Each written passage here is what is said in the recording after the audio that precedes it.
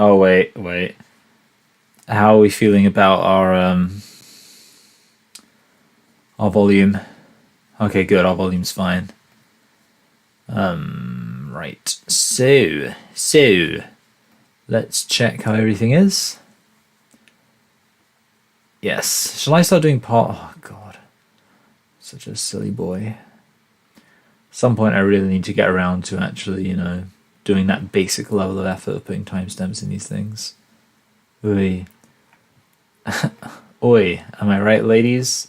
Oh, we currently have 0 viewers. Well, I suppose there's going to be some of you who are watching this back after the fact, in which case, hello. This is a slightly earlier stream, although actually if you're watching this back, then that won't really affect you at all, so it doesn't matter.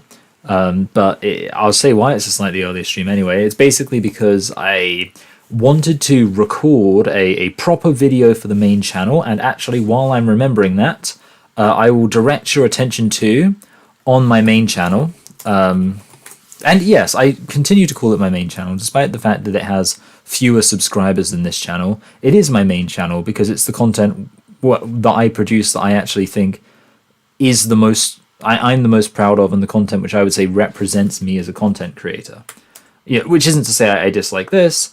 It's just yeah, it's basically just like I think the scripted edited content is more of like kind of what I guess it's more content creatory. You get what I'm saying? Pin message. Let's actually check that even works. So there we go. That is now pinned in the chat. Again, if you're watching this after the fact, you can I think still see it in the chat. Oh yeah. Hello, Yute. Yeah, I saw your email, and I just haven't responded to it yet. But yeah, obviously it's kind of unfortunate because I was doing the interviews more consistently. Or I started doing them. It was kind of like a thing, and then I was just like, I'm not really feeling it. But yeah, I think at some point there's quite a long list of people who I have in some capacity said like, oh yeah, we'll talk on stream, and it's not because I don't want to exactly. Indeed, arguably it'd be kind of easier. It's just I haven't done it. But no, yeah, it will happen at some point. Rest assured. Hello, Sarah K. Anyway, yeah. So basically, sorry, I just wanted to say that I was planning on recording a video for my main channel, but the thing is, because I was supposed to stream at 8, it was like I would have recorded it for like 40 minutes and then had to stop, and then because it would have been more than a 40-minute recording session, then I would have had to record this. And then I would have, so it's just like, oh, I might as well record this earlier, and then I just leave myself with the, task of recording that other video later on. Hello, everybody. Yes. Okay. Let me write down. Anyway, I suppose I should introduce the video. Today we are responding to Lily Alexandre, Fear of Trans Bodies. We did it last time. How far are we into it? So we're over a third of the way through, which is nice. We'll see how much progress we make. Why not just jump in? Boom. Boom. Goes the dynamite. Okay. Which nature is good and man is sinful? Yeah, so just a record, where we were last time basically was this question about, like, I guess simply put, the inherent value of nature. And I went on a little bit of a kind of monologue, I guess I want to say pontification on that towards the end of the video last time. So there we go. If you want to hear my opinion on that, that's the place you want to go.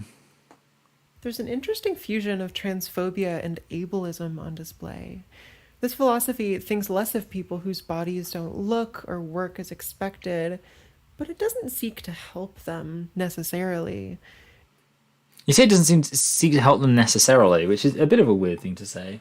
Because, like, I mean, first of all, with regards to disability, obviously, I mean, they should get help in terms of, like, being able to manage the disability, but also, I feel like, in terms of help, the people who recognize disability as a bad thing are more likely to want to help, certainly, in terms of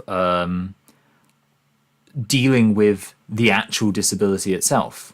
You know, like I literally said this in the last thing. I went on a whole thing about how, like, yeah, we need to cure deafness and blindness. Like, I feel like we need a society where I mean, you know, I genuinely feel like where we are as a society right now, all the medical advancements we've had, you know, just technologically where we're at, I feel like there shouldn't be any deaf or blind people in the world. I feel like that. Well, yeah, I feel like there should be some kind of solution for everybody. Like, it should be a priority, and of course, the way you conclude it's a priority is by saying, yeah, the fact that blind and deaf people exist is a problem, because who would want to be blind or deaf? Like, that's a really serious disability. I wouldn't wish that upon my worst enemy. And I know people say that as like an expression, but genuinely, like, I would deaf less so, just because I feel like, you know, personally, I feel like being blind would be so much worse. But I genuinely wouldn't wish. I mean, to be fair, I don't have a worst enemy. I'm a very kind of nice person like that. But if I struggled to come up with my worst enemy, they probably wouldn't be somebody who I had particularly negative feelings towards anyway. But nonetheless, even if I did have somebody who I had really negative feelings towards, I wouldn't wish upon them being blind, because I'm like, no, that sounds like a horrible thing to, you know, have to go through. So the point is, by having an attitude, of course I'm going to want to help people. So that's just my kind of take on the whole, like, you don't want to help disabled people thing. It's like, because again, for the context, the kind of question here is about, is there something, I guess, intrinsically wrong with being disabled? Or is it just that society doesn't accommodate disabled people enough? And my take would be very much more on the side of, no, there's something, like, if you're blind, that is something wrong, and it is something which we should say needs to be fixed. And of course, that is more conducive to actually wanting to help people. On the subject of trans identity, well, again, it seems like gender critical people are the most, like, it's a weird situation, right? Because obviously we know that there are all sorts of medical side effects to, you know, like wrong sex hormones and surgeries and things like that. And gender critical people are the only people who are trying to help that, the only people who are trying to stop it. So, boom, yeah. I see, yeah, okay. So this isn't that important, but yeah, I'm seeing lots of people. I mean, I've seen people who say, like, oh, yeah, being deaf is worse than being blind. I know some people say that. You know, I think they're both terrible, but to me, I don't think it's. I don't know. I disagree, I suppose, but I don't know. It's kind of a pointless thing, because it's like, well, you know, it depends on your personal priorities. The other interesting one is like quadriplegic versus blind. So I know people have different attitudes towards that as well. I mean, for me, it probably won't surprise you to know that. No, I'm not even going to talk about it, actually. It's too morbid. Let's not get into like, what is the worst thing and all that. Instead, it takes a person's deformity or poor health as a deserved moral judgment from nature. See, that's such a weird thing to say. From like in the specific context of relating trans identity to disability, because again, like, I think we kind of already touched on this. There is this sense of, when so many trans activists are, you know, like, attacking gender critical people constantly, being like, shut up, TERF, don't talk, be quiet, blah, blah, blah. And then they go and they get that surgery that they've been saying, oh, it's so great. And then it's like, oh no, I had a complication from it. Yeah, there's a sense in which, if you are a gender critical person, I would say you are allowed to feel vindicated, and, you know, the way that vindication might express itself in terms of your emotions could maybe approach a sense of ha ha ha, told you so. And I, you know, would say kind of no Like, I get why you would feel like that. The thing is, one, I don't really think that's from nature. Like, just to clarify, if you take wrong sex hormones and then you have serious side effects, that's not really from nature. It's the whole point is it's from your specific decision to do what you did. And to be honest, I mean, I'm saying all of this as if like it, I'm like, I guess being reserved with my language because I don't want to entertain the idea that people might actively enjoy the idea of trans-identified people who go through this surgery, get this so-called medical treatment, facing serious health repercussions. But actually, the reality is when you look at human psychology, I think, we literally have the whole F around, find out kind of idea. And yeah, I think there is a level on which many people will actively enjoy watching people suffer if it's as a result of their own stupid decisions. That is, I think, a legitimate part of human psychology, and I don't think you can really criticize a movement if you see some expression of that aspect of human psychology. I think, yeah, it's probably an instinct most people should try to curb to some extent. I think perhaps, as much as it might not sound it, it is actually kind of harmless. If okay, so like here's an example.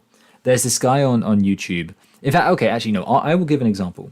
I have a morbid fascination with people falling to their deaths, specifically kind of urban explorers, things like that. And there's like a lot of reasons. One of the reasons why I have a morbid fascination with it is because I personally am afraid of heights. But I guess I'm not really sure to what extent I would be like I enjoy it. That would seem kind of messed up.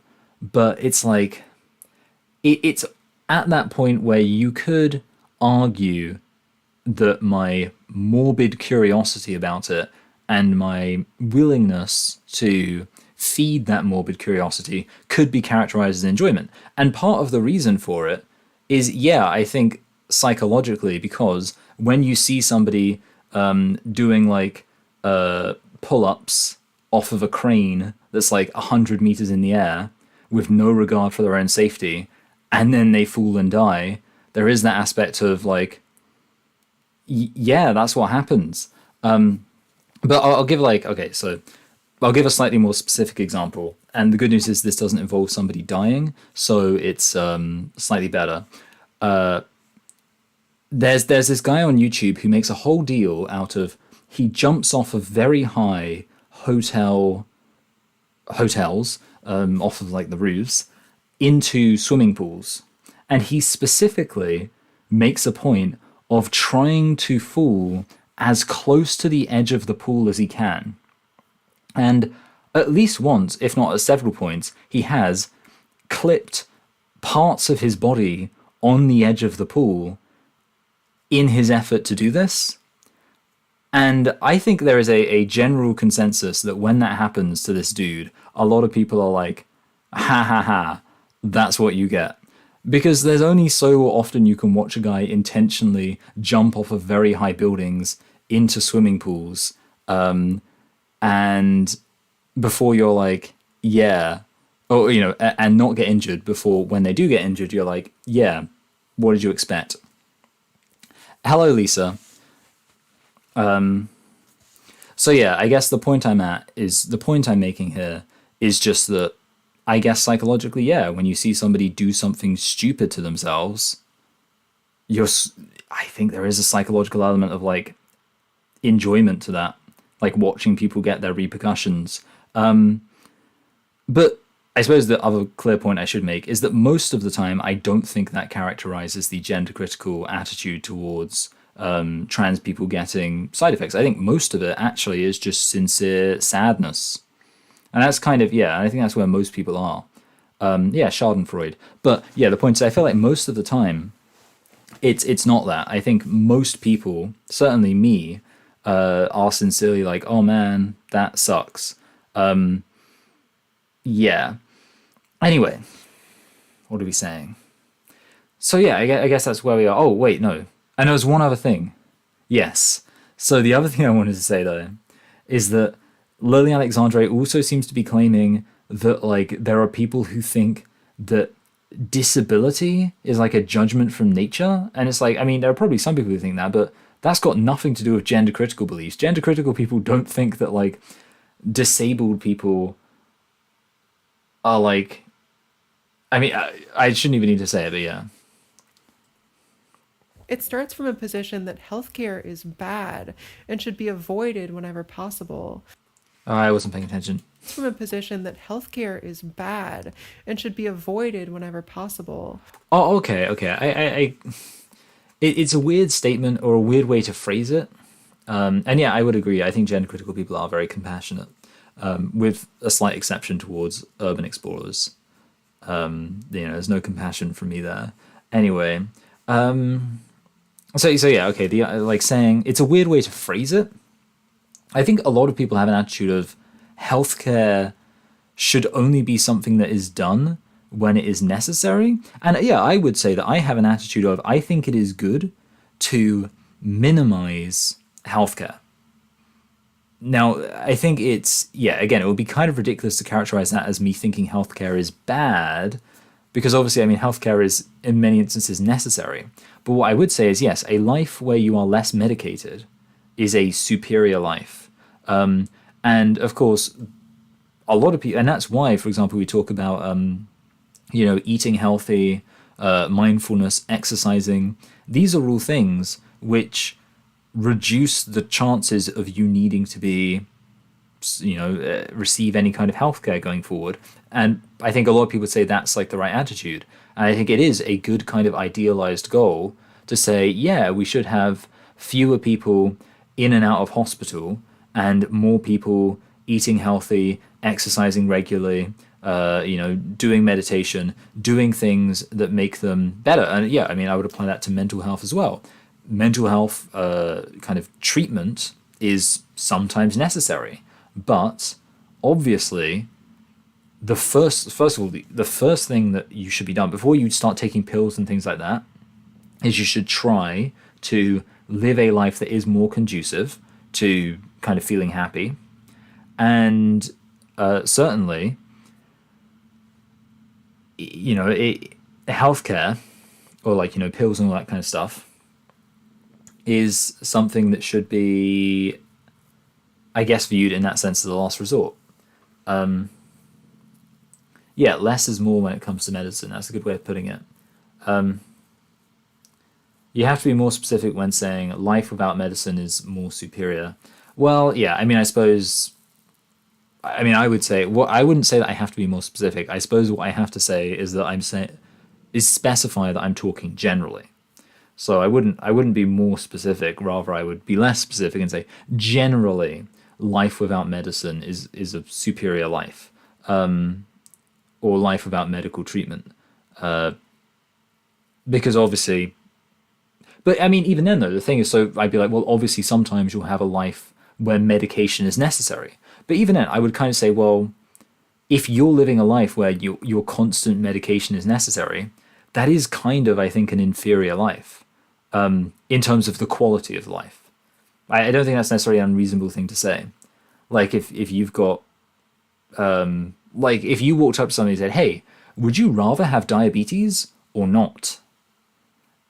If somebody says, oh yes, I'd rather have diabetes, they should be put in an asylum, right? Because even though it's like not the worst thing in the world, you have to like constantly get insulin injections and all that kind of stuff. It's like something you've got to worry about and stress about. So it's necessary, and it's not the worst thing in the world. And there are many people who have diabetes who are living a better quality of life. But by simply saying, well, would you rather have diabetes or not? I feel like you can get to the conclusion that it's worse to not, it's worse to have diabetes than, yeah. I think I like to use the words superior and inferior, fully knowing that a lot of people will like in their mind, like when you say superior or inferior, especially when talking about people, certain people will just put into your mouth like the words, and therefore we need to cull vast quantities of the human race so only the superior Ubermensch can survive. And it's like, no, I don't know. I remember one time recently I was listening back to a video of mine. I don't know why, but I was listening back to a video of mine and I basically said, somebody who has a family, their life is worth more than somebody who doesn't have a family, because the person who has a family, like, they'll be missed. There are people who care about, there are people who depend on them. Whereas if they don't have a family, they probably won't be missed anything like as much. There's not going to be anyone who depends on them. So their life is worth less. And I was thinking to myself, yeah, like that's something where I say that and I firmly believe it. But I'm aware people will decide for some reason based on that they think I'm saying like, oh yeah, and that means we should get rid of all the people who don't have families. Like, no, like nobody should die.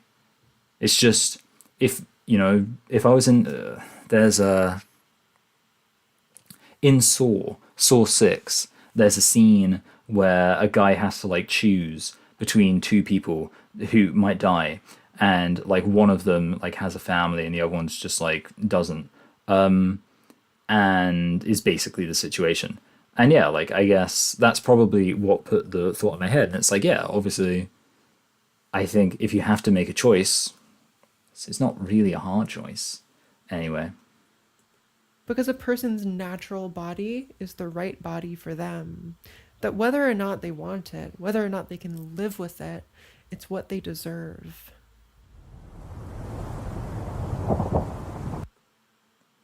Okay, so the statement there was, your natural body is the right body. And it's like, well, yeah, it is. I mean, like, I think like the better way of phrasing it is that if you aren't happy with the situation you're in, you should always consider the possibility that. Sorry, okay, I'll have to address the comment. Worth and superior, I don't think are actually communicating what you mean. Yeah, I don't really know what I would communicate.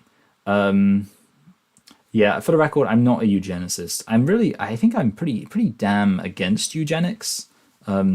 Especially since I think like genetics are irrelevant. I mean, I don't know, like, I guess maybe it's a bit, I suppose you could have eugenics that doesn't necessarily have to be genetic in nature, even though that is the origin of the term.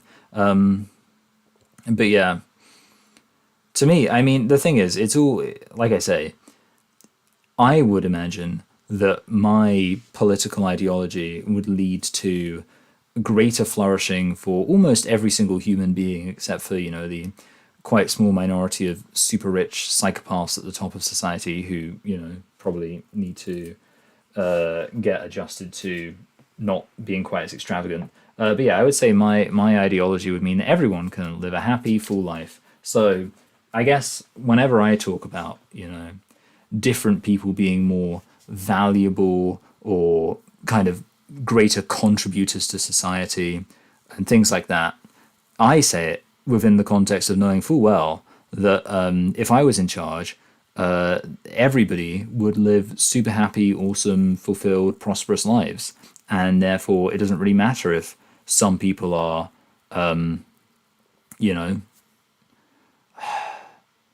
of different. I'm not even going to try and come up with a word for it, but that doesn't matter, is the point. But I just think it's, I guess, see, I've said this before, it always comes back down to the David Mitchell kill the poor sketch. So there's this sketch where it's like set in a government office, and David Mitchell is playing a government minister, and he's talking to his assistants, and they're like, blah, blah, blah, blah, economic catastrophe, blah, blah, blah, blah, it's really bad, blah, blah, blah. And David Mitchell's like, have you tried kill all the poor? And then they're like really resistant to like considering the idea. And he's like, well, I just think we should consider every single option, like what's the harm in just kind of running it through the simulations, seeing whether or not it's likely to have a positive outcome. And, again, they're still really resistant to it. The first half of the sketch made up principally of this kind of, being like, no, we can't do it, blah blah blah, and he's like, no, hey, why don't we do it? Anyway, and then they put it through the the simulator, and it says no, it wouldn't help. And he's like, yeah, and then the conversation continues, and then the assistant's like, well, we put it through the simulation and it's not going to solve the problem, so we're not going to do it. And then David Mitchell's like, basically, to paraphrase, he's like, wow, you're evil. Here I was, just suggesting it as an idea, and suddenly it turns out that if it would have worked, you would have been doing it. That's evil. And that's kind of my attitude. Obviously, I'm not saying anything as extreme as kill all the poor, but like, I feel like for me, I genuinely think that on some level, if we're uncomfortable about saying things, because we worry that if we say those things, it will lead to a mass culling of people, we're kind of implicitly saying that if those things were true, there should be a mass. I always use the word culling, but it feels like it feels like whoever came up with that, when they came up with that phrase, they wanted to say mass killing, but they were on like some kind of platform where they couldn't say the word killing. So like, oh, I didn't say killing, I said culling. But I just use it because, I love euphemisms. Anyway, it's like as if they're saying like, and yeah, that's kind of my attitude. So it's kind of like if, I say, I don't know, disabled people are costing the government lots of money that could be spent on education. On some level, you might say that sounds like a suspicious thing, as if I'm saying like we should get rid of disabled people. But at the same time, if you're very resistant for somebody making an observation, it's sort of like you're saying that if that was true, then we should do something about it. Whereas really, the better attitude is if everybody came together and said, yeah, that is true. And then that way, we wouldn't do anything about it. Yeah, I feel like there's many such examples. I could come up with billions all day, but I can't. I'm struggling to think of any good examples. I guess because most of the time, actually, things that sound suspicious do tend to be wrong. But I think there are examples of where like there's things which you might think, oh yeah, if you believe that, then it would have negative implications. I don't know. I feel like there are examples of it, but I just can't think of any. But yeah, the point is, I feel like if you're so, like sometimes if you're so resistant to saying something, yeah, that's my overall point. If you're so resistant to saying something because you worry that by saying that, you will be tacitly endorsing mass murder, it's almost like you're saying, if that thing which you refuse to say is true, then we should do mass murder. Like, so again, yeah, if you're so resistant to running kill all the poor through the simulation because you think if it's actually going to be an effective solution, then we would be obligated to do it. It's almost like you're saying that if it was a effective solution, then we should be obligated to do it. Whereas actually, in a different society where every single person was like, yes, killing all the poor would solve the problem. If we killed all the poor, it would be a perfect problem solver. But then also they were like, but of course we're never going to do that. Then I feel like nobody would ever consider killing the poor because it would be like, well, we already know that killing all the poor would solve the problem, and yet we're still not doing it. So I guess that's what I'm saying. It makes the poor's life more valuable if we're constantly talking about how if we did kill them, it would solve all the problems, but we're still not going to do it. I feel like, again, it could apply to anything, but I'm not going to say it for other things it could apply for. Kill all the Tottenham fans. If we said, that's a good example, football's always a good place to go if you want to give like an analogy, but you don't want it to get too close to home by mentioning like an actual kind of relevant demographic. So yeah, if I said like, oh, if we just killed all the Tottenham fans, it would actually solve all the problems in the world, but we're still not going to do it. When you think about it, how much am I affirming the value of human life by saying that? You can't argue that. Like if I'm saying, hey, if we killed this particular group of people, it would solve every single problem in the world. We wouldn't have anything to worry about. We just need to kill this relatively small group of people, and it would solve every problem in the world. Oh, we would be so happy. It would be heaven on earth if we killed this small group of people. But we're not going to do it because human life is valuable. See, that's actually a more powerful affirmation of the value of human life than if somebody said, no, killing this group of people wouldn't solve any problems. There's, the world would be much worse if we killed this small group of people. Because that person, they're not saying that life is intrinsically valuable. They're saying that killing this small group of people wouldn't solve any problems. Whereas the person who's saying, no, if we killed all these people, it would solve all the problems in the world, but we're still not going to do it because life is so valuable. That's the real hero. It's like when people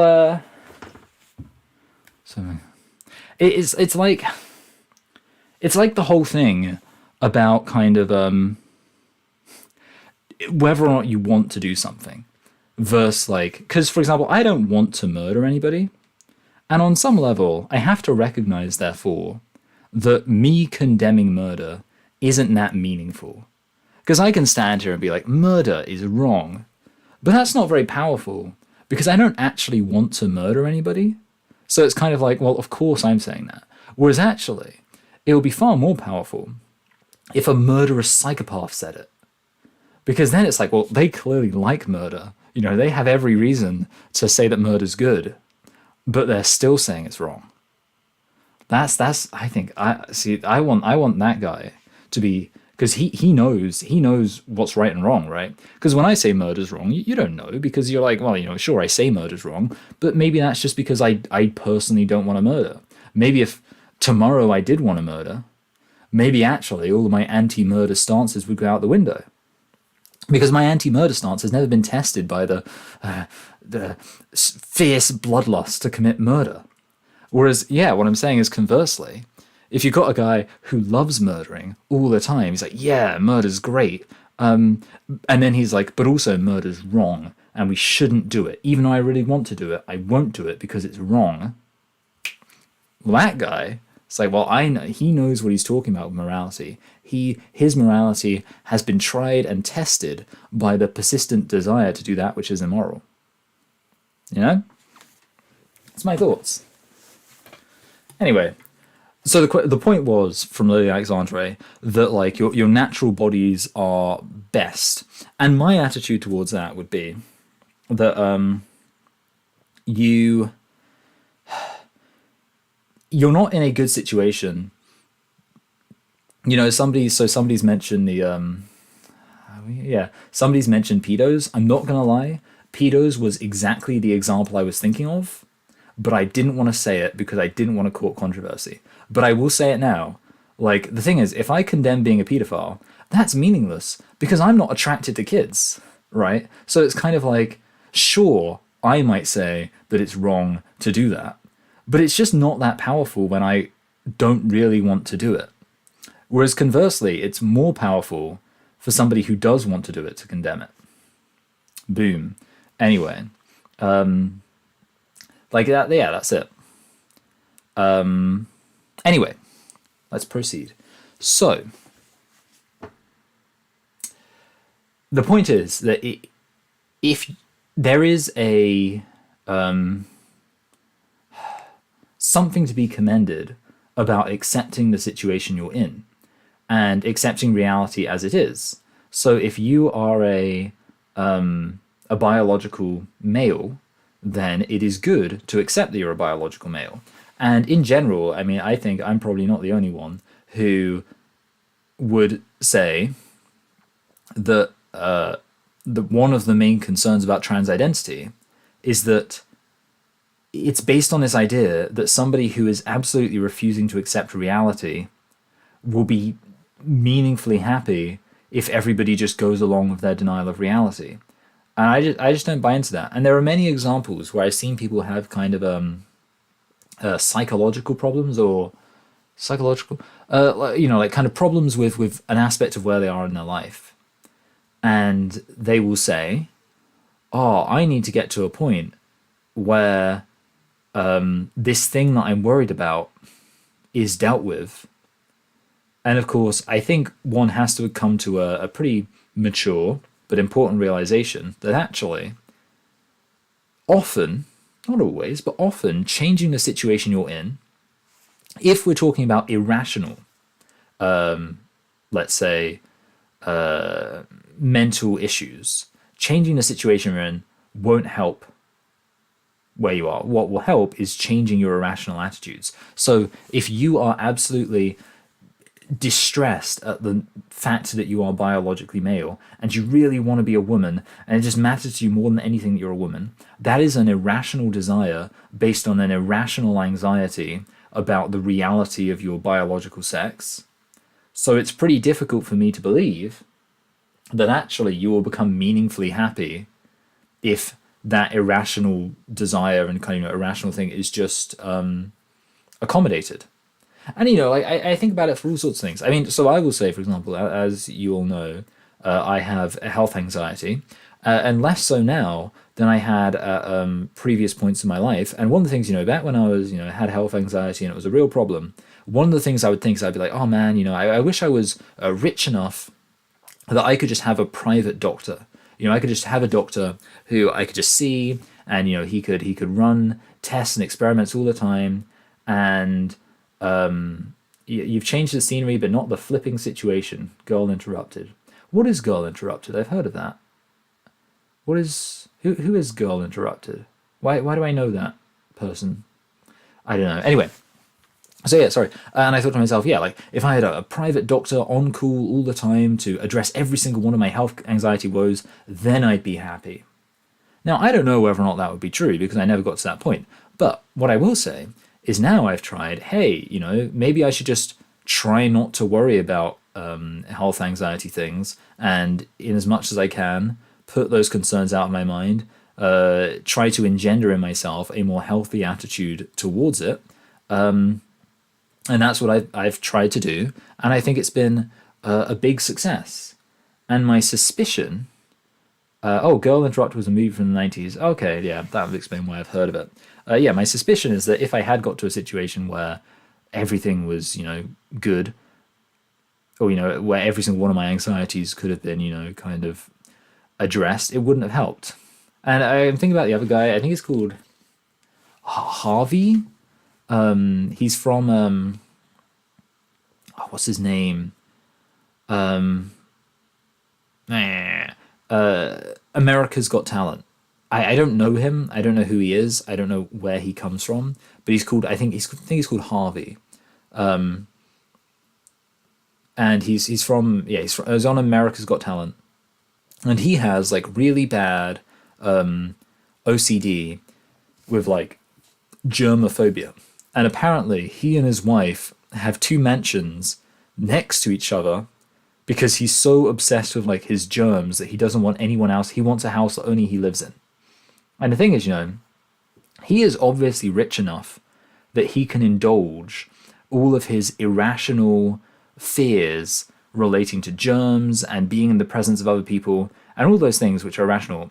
But I don't think it would make his life... I don't think that makes his life better. I don't think, even as much as he is so rich that every single one of like his irrational concerns about being in the presence of people who are germy or whatever, and he can completely accommodate all of his irrational concerns, I don't think he is happier than somebody in a far, kind of economically, materially worse off situation who has actually just mentally trained themselves to be comfortable with the reality of the world around them and not to let these obsessive kind of anxieties dictate their life. And that's the exact same thing I think about trans identity. ContraPoints is rich. ContraPoints can spend infinite money. I mean, I've complained about this a billion times, right? Oh, Howie, that's it, yeah. Well done, Howie, not, what did I say? I said Harvey. Yeah.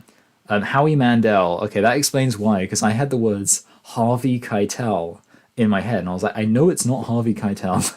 It's not Harvey Keitel. I know what Harvey Keitel looks like. Howie Mandel. Okay, cool.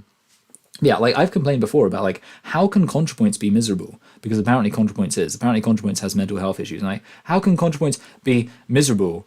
Literally, the entirety of Contra's job is make a relatively short video, like once every, 1.5 years or whatever, and cash in like $1 million a year at the end of it. Probably that's being conservative, 1 million. You know, how can anyone be miserable when like they've got all the time in the world to do that which will make them happy, and also all of the money in the world to do it? You got everything. Like there are some people who work really hard, they get loads of money, but they don't have any time. There's some people who, they have all the time in the world because they're unemployed, but they don't have any money. ContraPoints has all the time in the world and all the money in the world. So how on earth is ContraPoints miserable? And the answer is because Contra refuses to accept reality. And it's like there is no amount of material, like money and time that will make you happy if you refuse to discipline your mind to make your mind comfortable with reality. That's my take, and that's why. So basically, yeah. When let's actually listen back to it again. It's what they deserve. That whether or not they want it, whether or not they can live with it, it's what they deserve. Okay, so sorry, I skipped off still a bit of context. I just want to go back. So yeah, that's talking about the natural body. So if you're a biological male, whether or not you want it, whether or not you can live with it, it's what you deserve. What I'd say is, what you deserve is to be happy, and the only way you will be happy is if you accept reality. And I have seen so many trans-identified males who have everything they could possibly want, and they don't seem happy, and I don't think they will be happy, because I don't think you can be happy. Yeah, you can't subsidize delusions to turn them into meaningful fulfillment.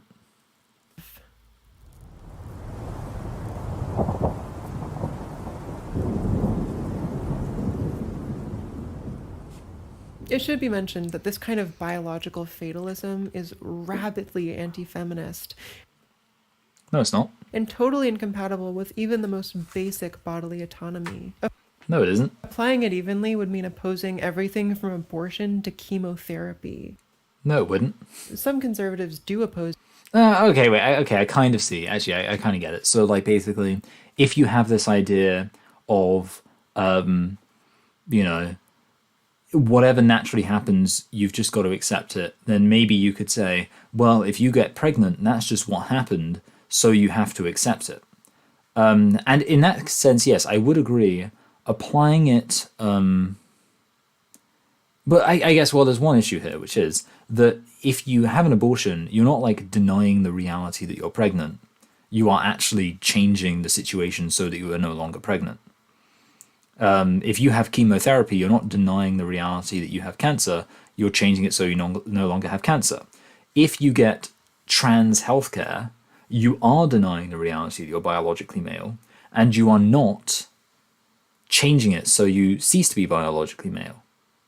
So in that sense, it's very different. However, the other thing I would say is that I think there is also a sense in which you do need to balance things as well. So obviously, it's not as simple as you've always just got to accept natural reality as it is, always got to accept biological reality as it is. Of course not.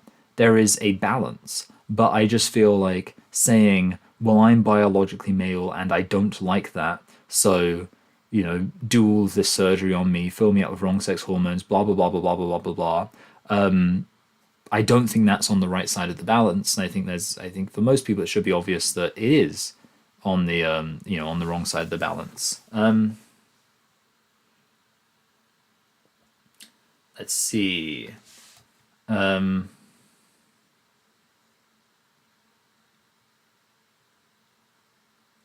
Okay, boom, boom, boom.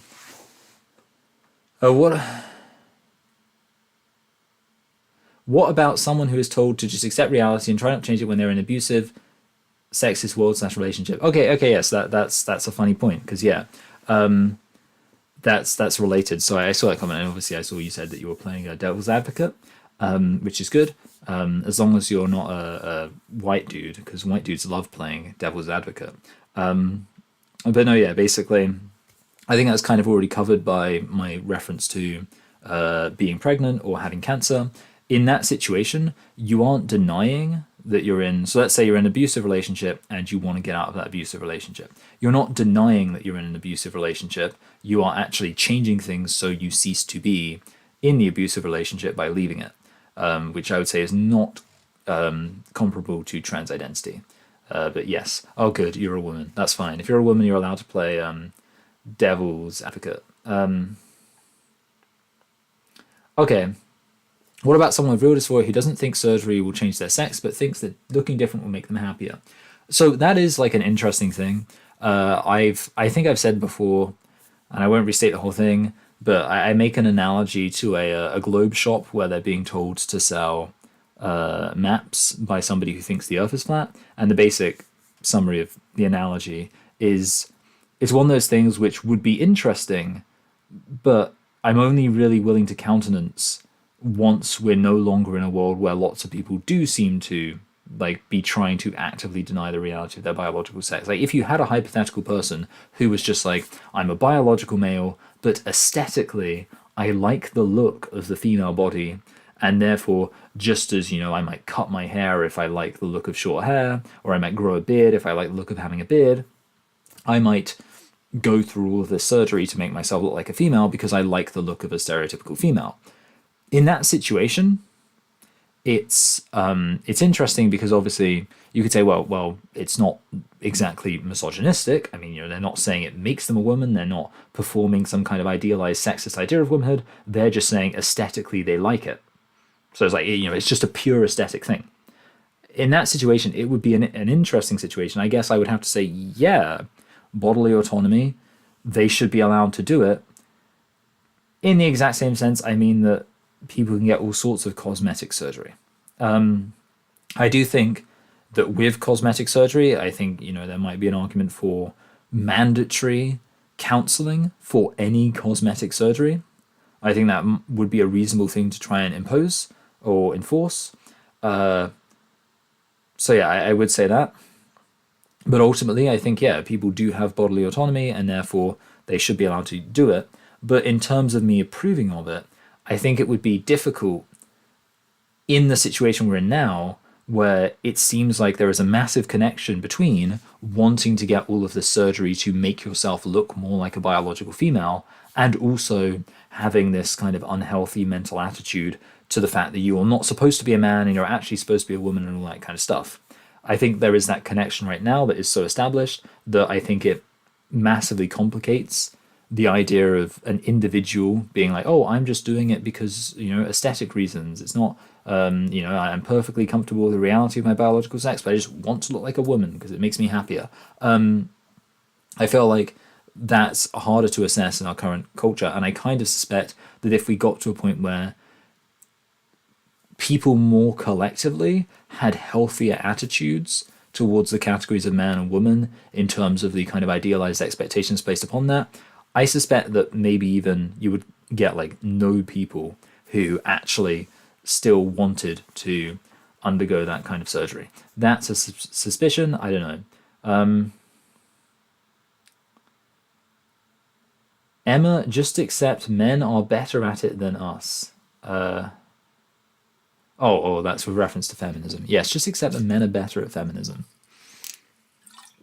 I had a really funny tweet today. Someone was like, they were talking about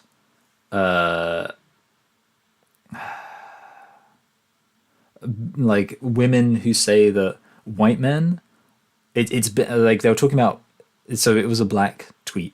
I feel like so much of Twitter is black. Like I'm not crazy, right? Like just like Twitter, black people love Twitter. I don't know where that came from, but anyway, it was a black person, and they were tweeting about how like some black women will say that it's better to date white men than, you know, presumably dating non-white men. And then she gave the counterpoint that like loads of white men are actually quite abusive and horrible. And I replied, hilariously, I just said, the argument is that white men are better, not that white men are good. So I just thought it was like I don't know, in my head I just thought it was like a funny little sentence. Because you can't argue that. Like I could say like, yeah, it's like, I don't know. It's like if you're in a situation like, because obviously, in our society right now, not to do the whole like self-flagellating performative aren't men awful thing, because I feel like that's a bit cringe. But in our society right now, I think it's fair to say there's a lot of men who aren't like the best that they could be to women. So I feel like based on that logic, honestly, better better becomes pretty empty. So it's kind of like at that point, anyone says it's like someone says like, oh, men in prison are better than men outside of prison. And I'd be like, oh, I mean, maybe. I mean, they're both pretty awful. So, maybe who's to say which one's better?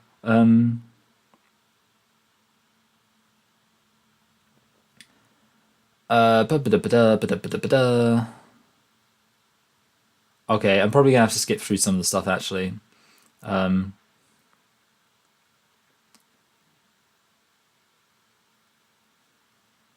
yeah, yeah, black Twitter. I don't know. They love Twitter so much. Um,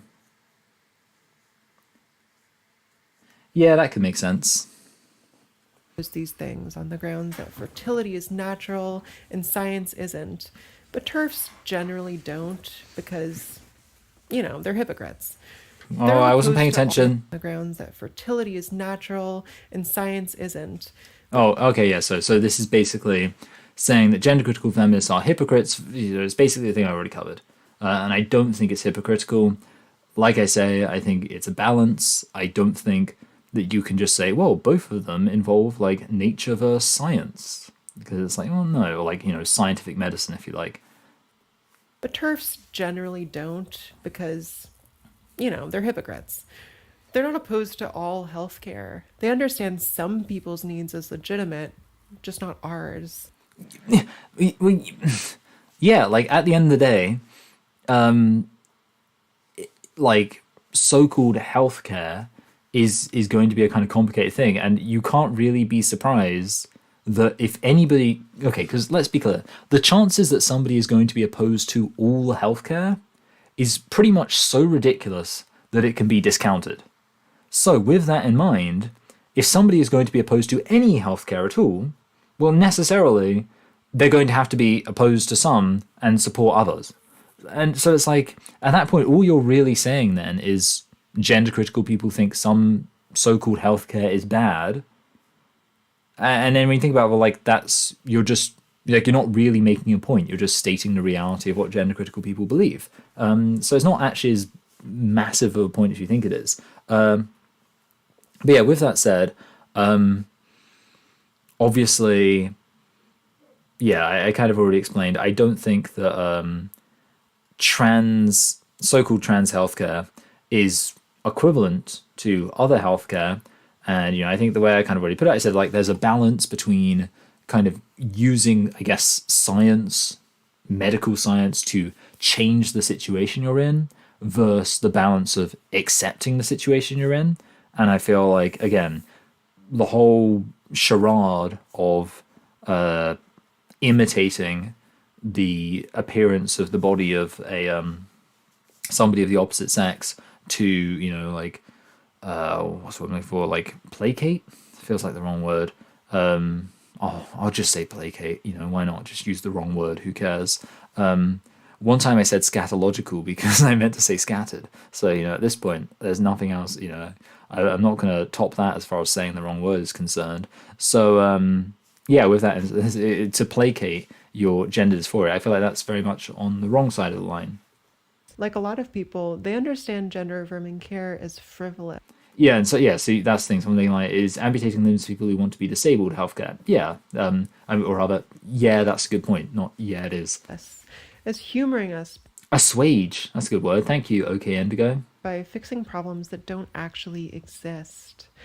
Maybe this is why trans healthcare has been spun off into its own realm, totally separate from public health.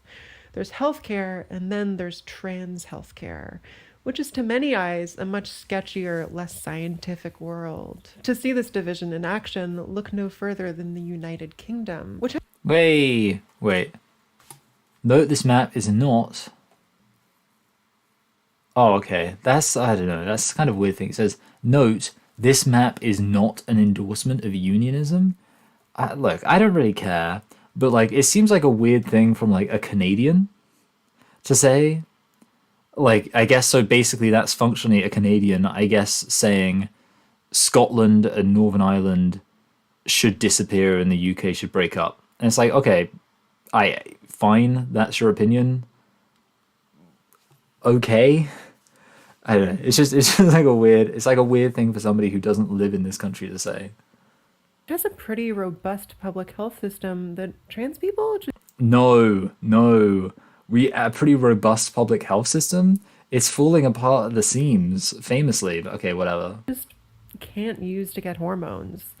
Trans healthcare runs on a separate track through so-called gender identity clinics, whose waiting lists can be several orders of magnitude longer than regular doctor's offices. If you want to learn more, Abigail Thornter's put out a great video on this I wish I'd responded to that. that just broke my frickin' brain. Several years ago, I went Oh, wait a minute. Are we just okay? Wait, let's actually do some skippy majippy.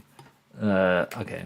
not exactly off to a great start. I really resent that trans people have been cordoned off into an entirely separate class of body. It's terrible for our health. I don't understand because like your body is very different. Compare your healthcare system to ours though, nothing is worse than American healthcare. Yeah, kind of. I will say, I don't know. See, I get the one thing I find strange about that though is, as y'all know, my fiance is American, and she's not, you know, she is not really above me in terms of, I guess, like social class, and she's probably, I guess, if anything, below me, and yet she has perfectly fine, like, her, so rather, let me rephrase that. Her healthcare is better than mine. Like, she's able, like, when she's had, like, healthcare problems, she can just contact the doctor, easy peasy, lemon squeezy, no problem. And, like, meanwhile, for me, it's, like, all sorts of complicated. And, like, okay, like, here's one example. Look, I don't want to worship at the feet of the American healthcare system, but I remember, again, I was talking to my fiance, because really she's the only person who I would talk to about healthcare stuff. Fiance I talk to. And I don't know why, for some reason, the fact that in America, people get their own private rooms in hospitals came up. We were talking about, and I don't know, she'd been in a hospital, and for some reason the fact that she was in her own private room came up. And I was like, oh, I thought that was just like a thing in films. Because in films, it's like, yeah, like most of the time, or TV shows, people have their own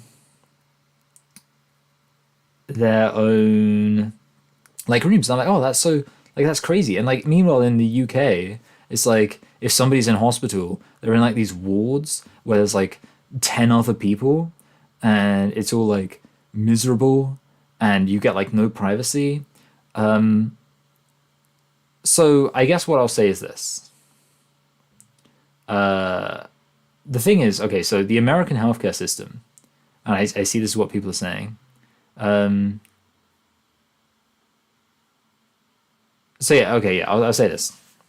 The American healthcare system is way more expensive than it should be for what it is, because it's absurdly expensive.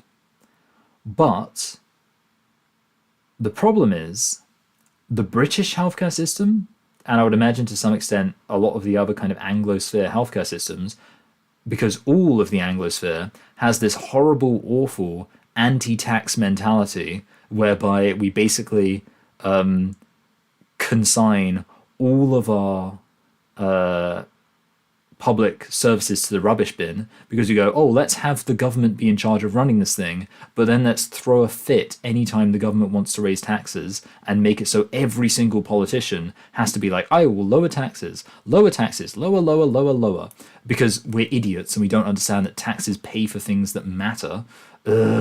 Anyway, with that said, I think in the Anglosphere, the tendency is for public services to become increasingly underfunded, again, because we don't understand that tax is good. We don't understand that when the government says they're going to, increase taxes, they are, in an indirect way, hopefully, promising to put more money into the things that we need, like education and healthcare and police and things like that. Some people might contend the police point. But yeah. Like, that's the reality. And then, of course, yeah, these things become underfunded, and that's rubbish.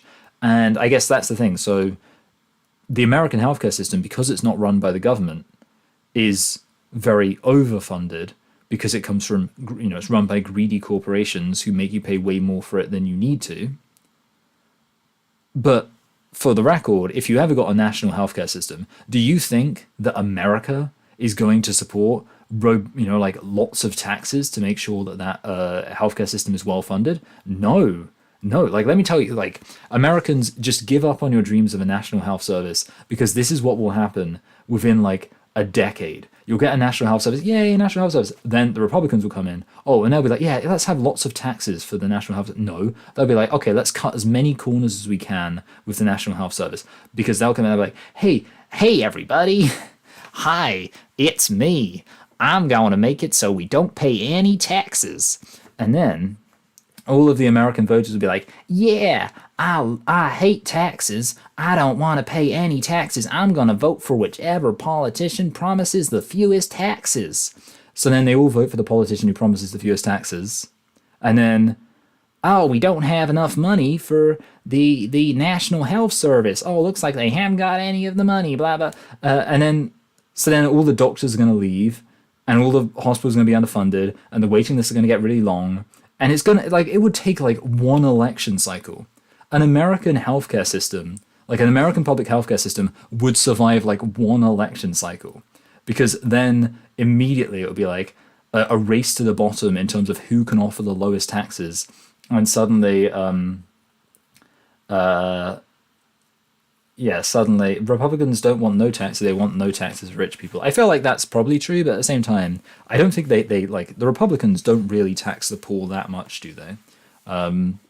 Anyway. But yeah, the point is, that's what would happen. And of course, the thing is, it's what's happening in the UK, slightly more slowly. But yeah, basically, inevitably, because we're not like Germany, where by and large they do seem to have this understanding that taxes can be a good thing that's worthwhile and actually makes society better. And like most of Europe, I mean, sometimes Europe's very stupid. And I mean, you do get the Southern European countries where they're just just infinite debt. That's their plan, which, is fun. But, I feel like most of Northwest Europe knows what's going on, with the one exception of the UK. And then we exported our fiscal idiocy to the rest of the Anglosphere, and now you're all burdened with it. Ha ha ha ha. Why couldn't it have been Germany or Sweden or Norway? Anyway, so yeah, that's the point. And therefore you're left with a question, what's better? Having a healthcare system that is functional, but 1 billion times more expensive than it needs to be, or a healthcare system that's so underfunded that it's not functional? It's probably a bit of a rock and a hard place distinction there.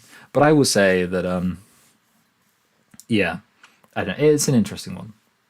I guess the question, so pretty much, I mean, the way it works, I guess, is if you're remotely rich enough, your health outcomes are worlds better than ours. Well, that's nice. That's nice. Your health outcomes are worlds better than ours, eh? That's good. That makes me feel happy.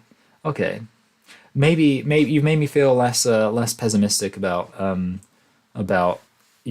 cutting all the funding to things. Maybe we didn't need all that funding. Maybe the fiscal conservatives were right all along. And it also encourages people to fear us. The distance it creates makes people assume our experiences must be totally foreign to them. I don't know. I mean, look, at the end of the day, it's because I mean, I don't think it matters. Maybe I shouldn't even say anything about I don't really think it matters that there is like a separate department for trans healthcare. I will say it's still is it not still covered under the NHS? Like I don't really see how this is meaningfully different from the fact that because you know I mean it's absurd because okay, first of all, let's clarify this. If a trans person has a heart problem, they go to the cardiologist. If they have cancer, they go to the oncologist. It's not like they have their own completely segregated, healthcare system.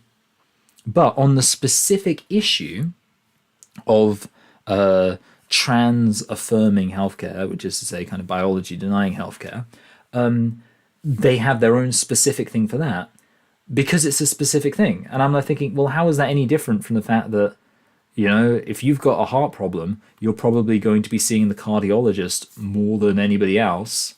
If if you're trans, you might be seeing the gender identity clinic more than anybody else. I don't really see if you've got a lot of eye problems. Like maybe your healthcare is generally pretty good, but you've got a lot of eye problems. You're probably going to be seeing the optician more than anybody else. I pay more taxes than Trump. Huh. Lame. It encourages them to imagine the worst when they think about our bodies. The truth is, our bodies follow the same rules as everyone else's, and the treatments we get mostly aren't unique to us. Oh, okay, yeah. Every hormone med I've ever taken is also prescribed to cis people. Actually, every hormone medication that exists is prescribed to cis people.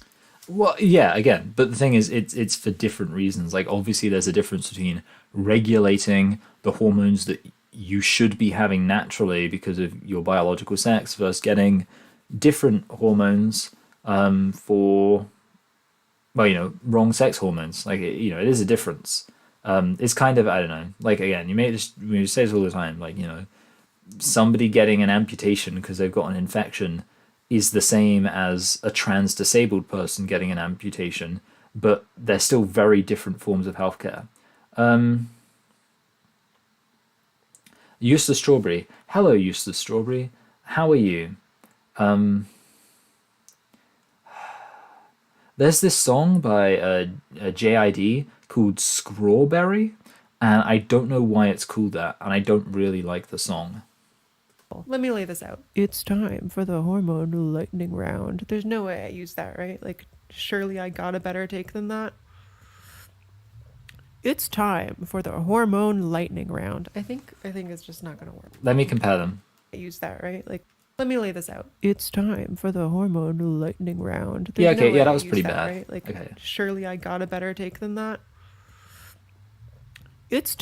Also, I like that. Surely I got a better take than that. That feels like one of those lines that could be used like out of context. Because I don't know if you know this, but take can also be used to mean like opinion. So if I say something that would be, I don't know if you're down with the kids, but if I say like an opinion, like this video isn't very good, that would be a take. So I feel like if I were concocting a funny edit or concocting even a funny edit of this video.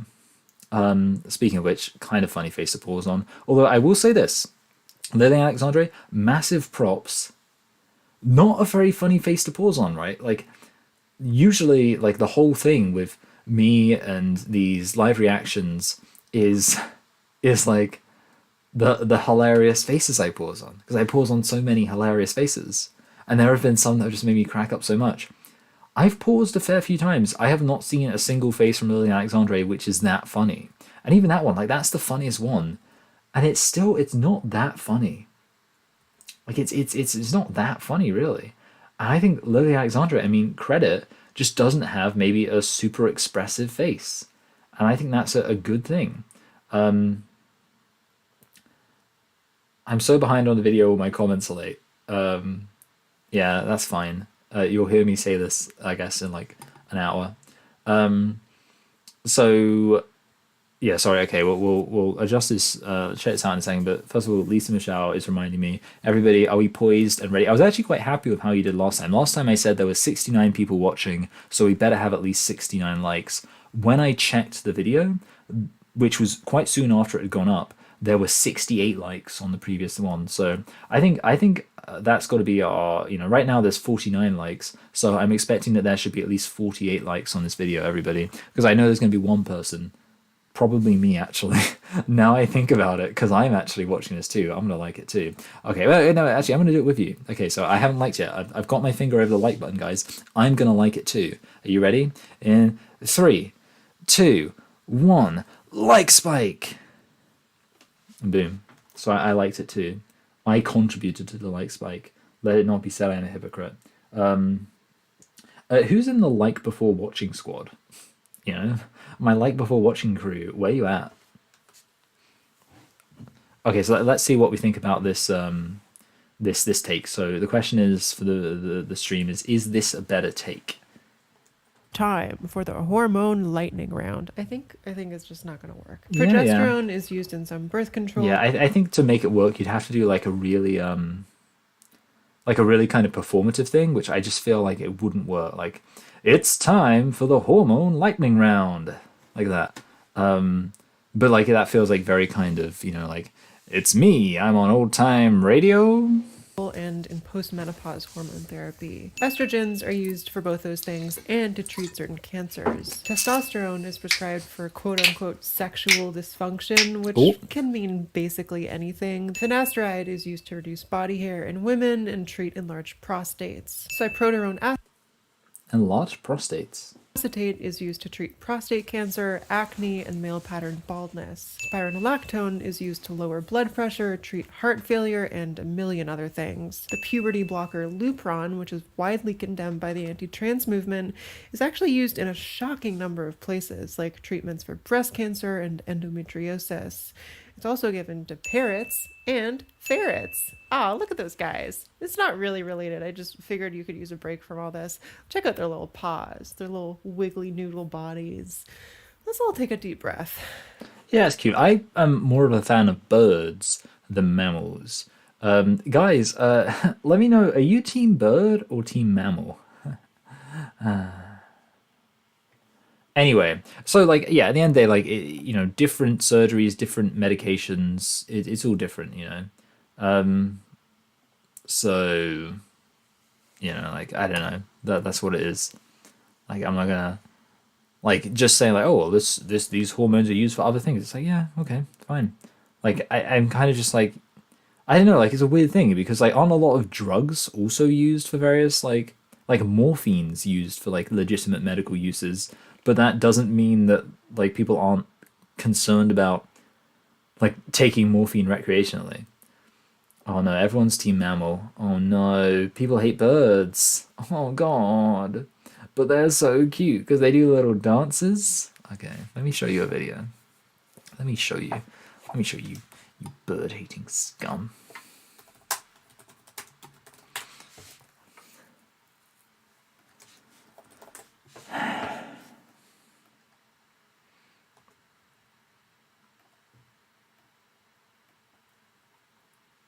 Oh, why is it vertical? Stupid, stupid thing. Oh. Okay, this might be very beepy. Let's see if I can make this. See if I can drag this. Okay. That didn't work as well as I wanted it to. I'm gonna have to. Oh god, what have I been Googling that's so embarrassing? Oh, that's not as bad as it could have been. Boom. Boom. Please observe.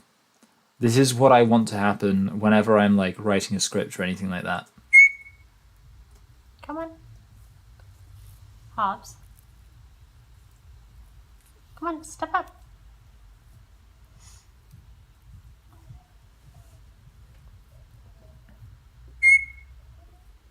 Come on.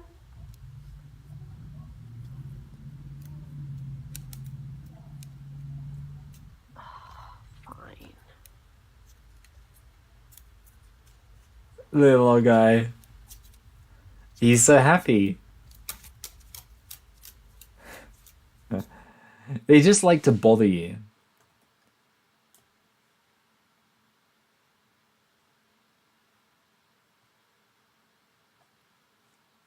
I wonder if any of the other ones are good. What you doing? What are you doing? Huh? What are you doing? Huh?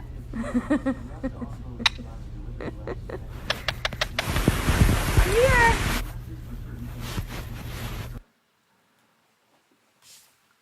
I wonder what other ones there are.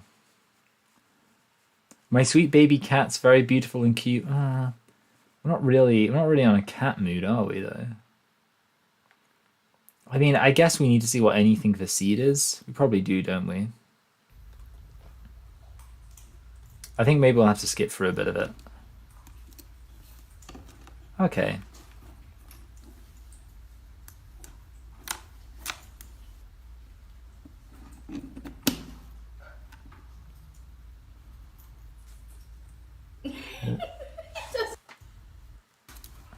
Hey, has he?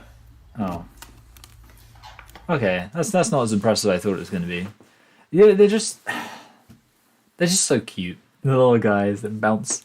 There's you have magpies in the UK. I don't know if you've heard of them.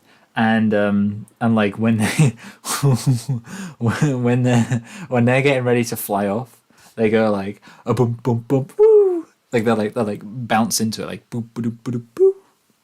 It's cute. I like it. Boom boom boom boom. I'm never not in a cat mood. We'll see if any cat videos appear. Polite cat? I started watching this video. It's actually like so good.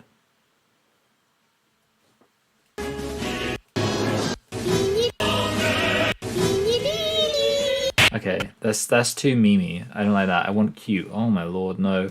We've gone into the like now it's just memes. We went into oh no. Oh god, okay, no, we're done. There's no getting back from this. Like we're not gonna get to normal cat videos now, are we? I mean there's Big Flopper, but I don't know, I felt like there's no way. I mean so like there we go. Like that's a cat. But I kinda wanted something a bit less memey, you know, is what I'm saying. I feel like there's no way out of this. It's a good song. Yeah, okay. I think we're just going to accept that we're not going to be able to navigate to cats. Your recommendations are like a 12-year-old boy's, Casey. I don't know about that. Let's not say things we can't take back. Let's not. I love for Five Nights at Freddy's. I love playing it. I really want there to be something. You know what I just remembered? What's that video of that guy? He's like called Airsoft Fatty Fools. Just wait, so where is it? It's like 6. Wait, it's 7, 8, 9.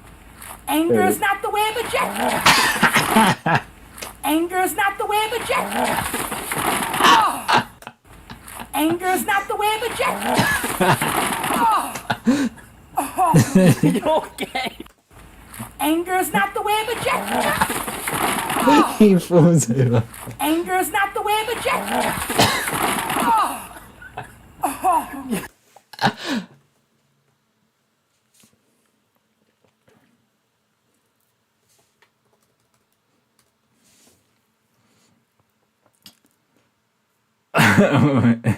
Getting hurt. Forget. Death is nothing. Damn. I'm done. I'm done. I am done. You've been told not to swing the heart. I am done. Yeah. Ow! I'm sorry, I went for the neck. But you went to your head up before I swung. fucking dick! Your head was bowed. I went for the neck. To be fair, he did go for the neck. You're not supposed to swing full force the neck either! Fair point. I was even going full I have a feeling Casey has lost focus. Maybe. force. I guess I don't think. Yeah! Yeah! Okay, we'll watch one more of him getting hurt. Oh, that wasn't very impressive, actually. Loris Tyrell, this is it's honestly one of the more esoteric videos arguing for trans identity that I've seen. Oh, shut up. He's gonna get hit. Get ready. He just fell over. Okay, no. Let's do it. Okay. I'm not saying that, by the way, just because someone commented. Okay, cis people don't take these meds for exactly the same reasons as trans people, but there's definitely some degree of overlap. When men use T blockers to treat baldness and women take estrogen to ease the effects of menopause. I suppose I should say, oh yeah, you used the strawberry made a funny joke. But I suppose I should say, like, also, just reiterate the main point, which is healthcare, so called, like this kind of surgery thing, it remains a secondary issue to the question of whether or not trans identities are actually valid, you know, and that's just the thing that I always say, because it is relevant. This is gender-affirming care, whether or not we want to call it that. Really? And cis people can access gender-affirming care without a tenth of the stigma or gatekeeping. What? Why cis people gender affirming care? That seems what? Trans people have to put up with. They're certainly never called mutilated or butchered for it. This is because, in most cases, the goal is to bring their bodies closer to the norm, not further from it, as trans people do. They aim to keep a person's body static as they age, as hormone levels tend to drop off and people's bodies increasingly betray masculine and feminine ideals. That's not necessarily a... The one thing I will say about that is, like, okay, so I just said, like, oh, I don't pause on funny faces. No, that happens. But the one thing I will say is trans-identified people usually are trying to bring their body closer to a norm because Norm Macdonald, no, because of the fact that like they're trying to make themselves look. So Lily Alexandre presumably is trying to look more like a normal woman. So obviously Lily Alexandre isn't a woman, but the point is, either way, they're trying to, you know, so the idea that like trans-identified people are trying to like buck the norm isn't actually true. They're usually trying to make their body look more like a stereotypical male's or a stereotypical female's. Bad thing, to be clear. Sometimes it's... That's what's like, yeah, from their perspective, wouldn't transforming healthcare be bringing them closer to the norm? Yeah, because like, if anything, it's very confusing that all of these women are walking around biologically male. Yeah, we do need surgery to fix that. Yeah, I will say,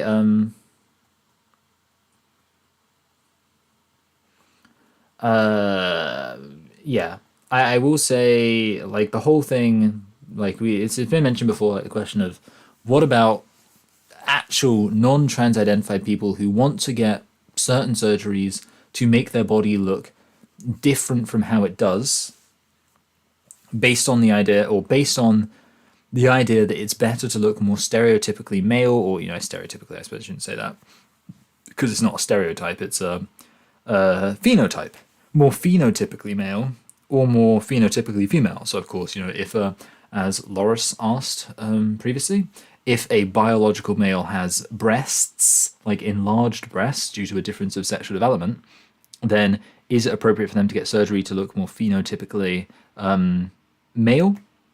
And my response to that was basically, I think you can argue in our current culture where there is going to be a kind of like stigma around looking kind of phenoatypical, I guess is how I'm going to have to phrase it. Maybe then you would say it. Obviously, the thing is most trans-identified people don't look phenoatypical, except for by dint of the surgery they're choosing to have. But obviously, I actually do think that we should be moving towards a society where nobody needs to get surgery to bring their natural bodies in kind of conformity to this idealized view of how their body should look. And that is my genuine take. Yeah. And that's where I'm at. But then obviously, I think for some things, yeah, like I say, there's no shame in saying some things are just going to have to be arbitrary, like or you're just going to have to say, yeah, that's okay, that's not. So maybe you would say, yeah, if a biological male has boobs due to a difference of sexual development, yeah, it's okay for him to get rid of that. If a biological female wants to get massive kind of her basketball-sized double, quadruple G fake boobs for, I don't know, some kind of like what's what I'm looking for, internalized misogyny kind of reason, then maybe that's not okay. And you can just kind of say that. You can just say that. I feel like in some sense we just need to embrace a little bit more. Just embrace like just saying things, just being like, just especially like just drawing arbitrary or at least seemingly arbitrary distinctions. I feel like it's a kind of an art we've lost. Just being like, yeah, that's okay, that's not okay, that's fine, that's not fine. Feels like sometimes people do gotta complicate everything. It's medically necessary. I will say this, like I feel like people just need to get over balding. I mean, I don't know. I suppose like the thing with balding, I guess, is maybe you'd be like, because I mentioned before how I've got like a little bald patch on my stubble as it happens, and of course it is stubble because the very nature of there being a bald patch on it means that I wouldn't dare attempt to grow it to be a beard because that would bring out the fact that it has a bald patch on it. But I got a bald patch here that I'm touching right now, smooth as the taste of nice, yummy. You know what I should start doing? This would be really funny. If I started like doing like segues as if I was sponsored, like smooth as a website from the sponsor Squarespace, but like I'm not. Not funny. Anyway, and I've said before that I would happily get a hair transplant just to deal with that, but it's not really for any deep reason. It's just because it kind of irritates me and I think it's lame. But it is worth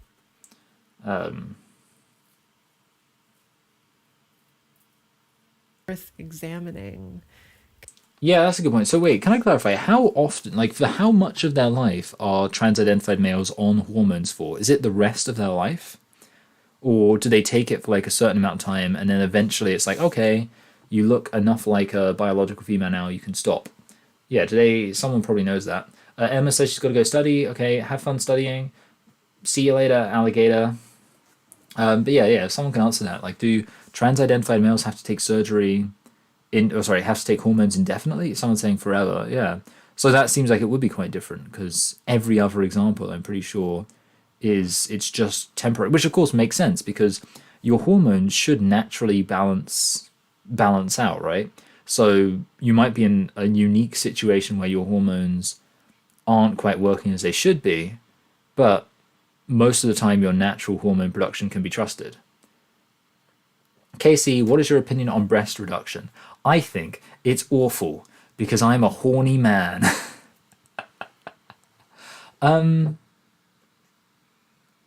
Yeah, I mean, I think there would have to be evidence of.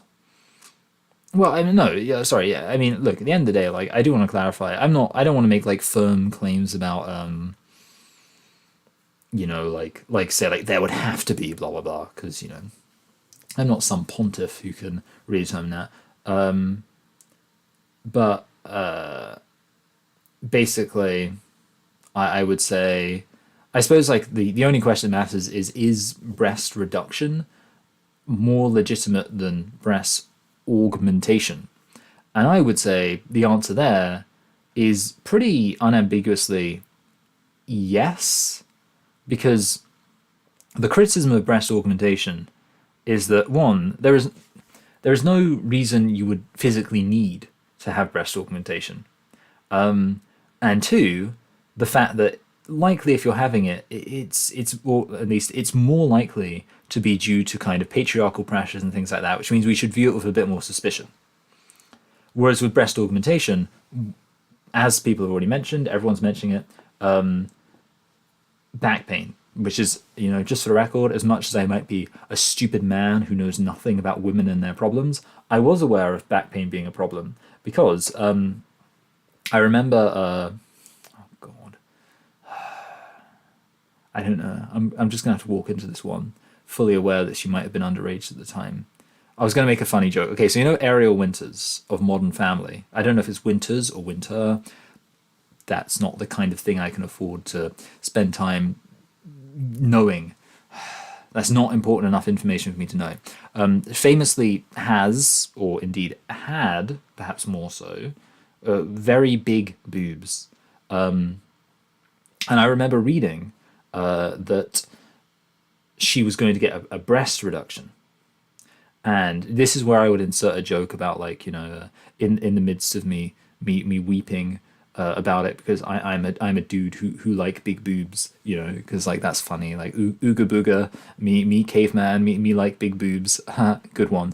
But that aside, the reason why I'm a bit skeptical about that is because I feel like, because she came to prominence as like a young star on Modern Family, like on a like family sitcom, it would be a bit creepy.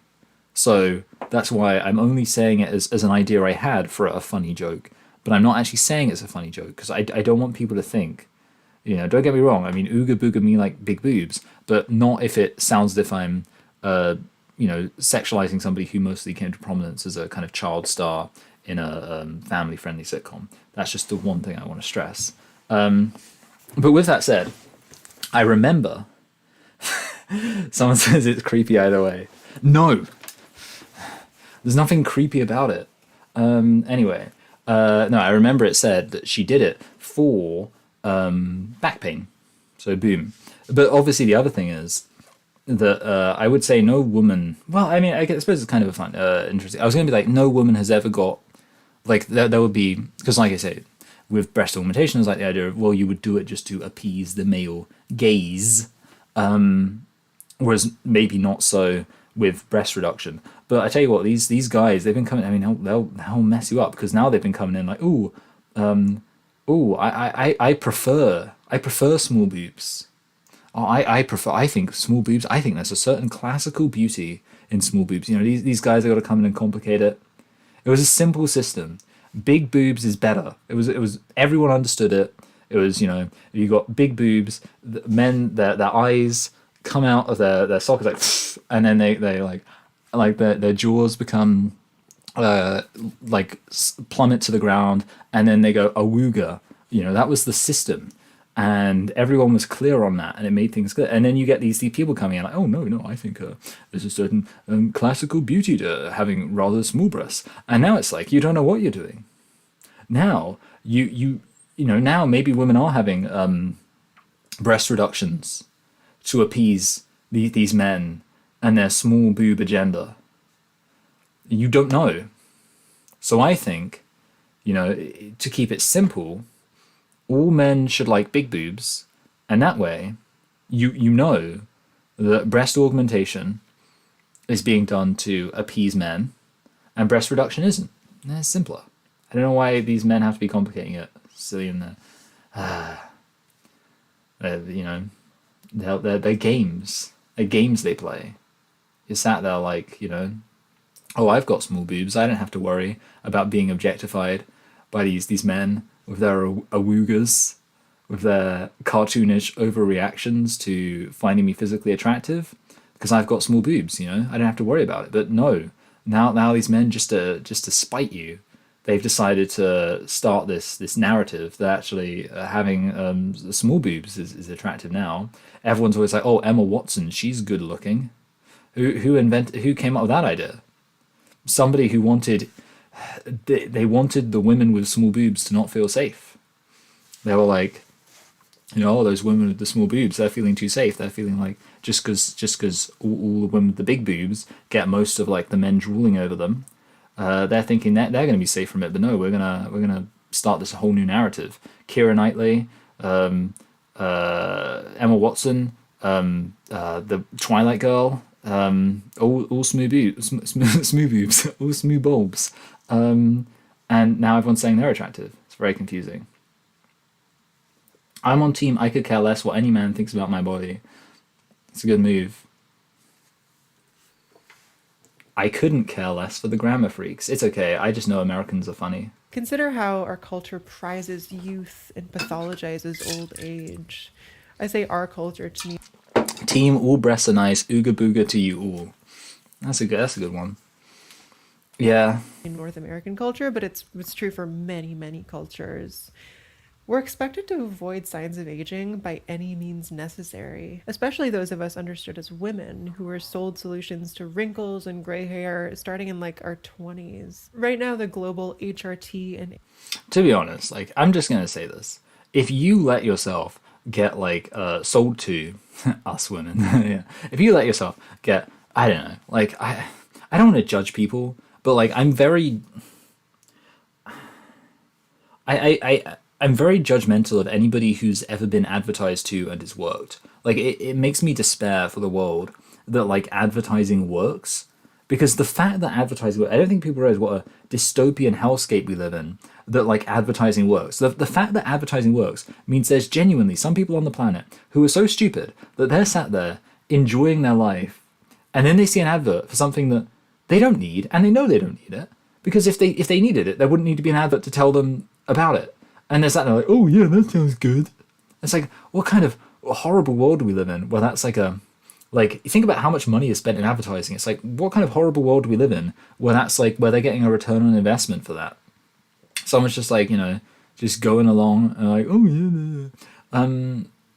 And that's why I'm very not sympathetic to people who get, like, I guess what's the word I'm looking for? Consumers. But like with the, let me just, I'll spell it correctly so we're all clear on what I'm talking about here. The old consumers. There we go. And then let's complain about Marvel for a bit too. Oh, by the way, everyone, if you are here, you should check out the video that's linked in the pinned comment, just in case you haven't. But yeah.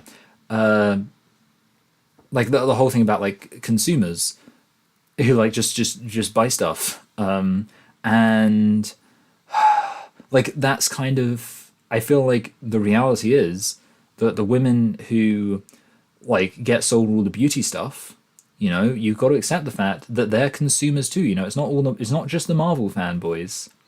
It's not just I want to buy my Tony Stark doll, Marvel fanboy losers. It's the women too. So yeah, that's me. I feel like, if you're being sold like this anti-aging cream, look, I'll give you your anti-aging tool. Never go outside in the sun. No, not really. Wear sun cream. But also, like, at the end of the day, stop shaming women for internalizing beauty standards. But like on some level, like you I get it. You want to be like, you shouldn't shame them for it. But on some level, like, you're kind of like, you can't, like, in a way you can't, you can recognize that these things are systemic, but also at the end of the day, you kind of have to say the buck stops somewhere. And I feel like ultimately you can stop the buck anywhere, and it's completely legitimate to stop the buck at the people who are doing the consuming, or indeed doing the internalization. And like, yeah, like, there's going to be lots of reasons why somebody might, for internalized reasons, there's lots of systemic factors. But at the end of the day, it's also worth noting that everybody is in charge of their own decisions. And I think that's an empowering message. So that's my take.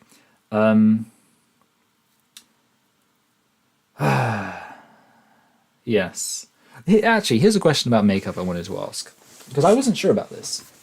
Is it accurate to say that everybody has bags under their eyes.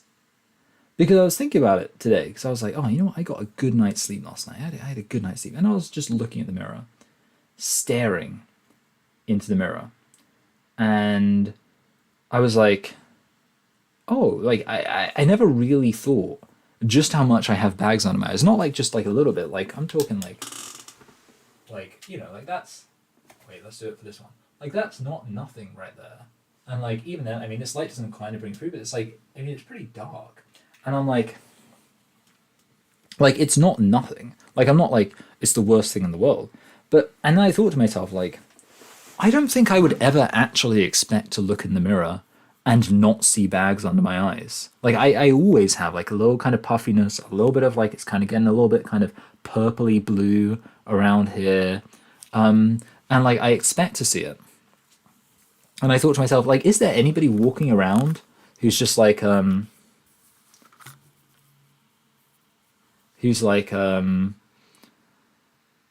just got a completely bagless eyes? I drink a lot of water. I don't know about that.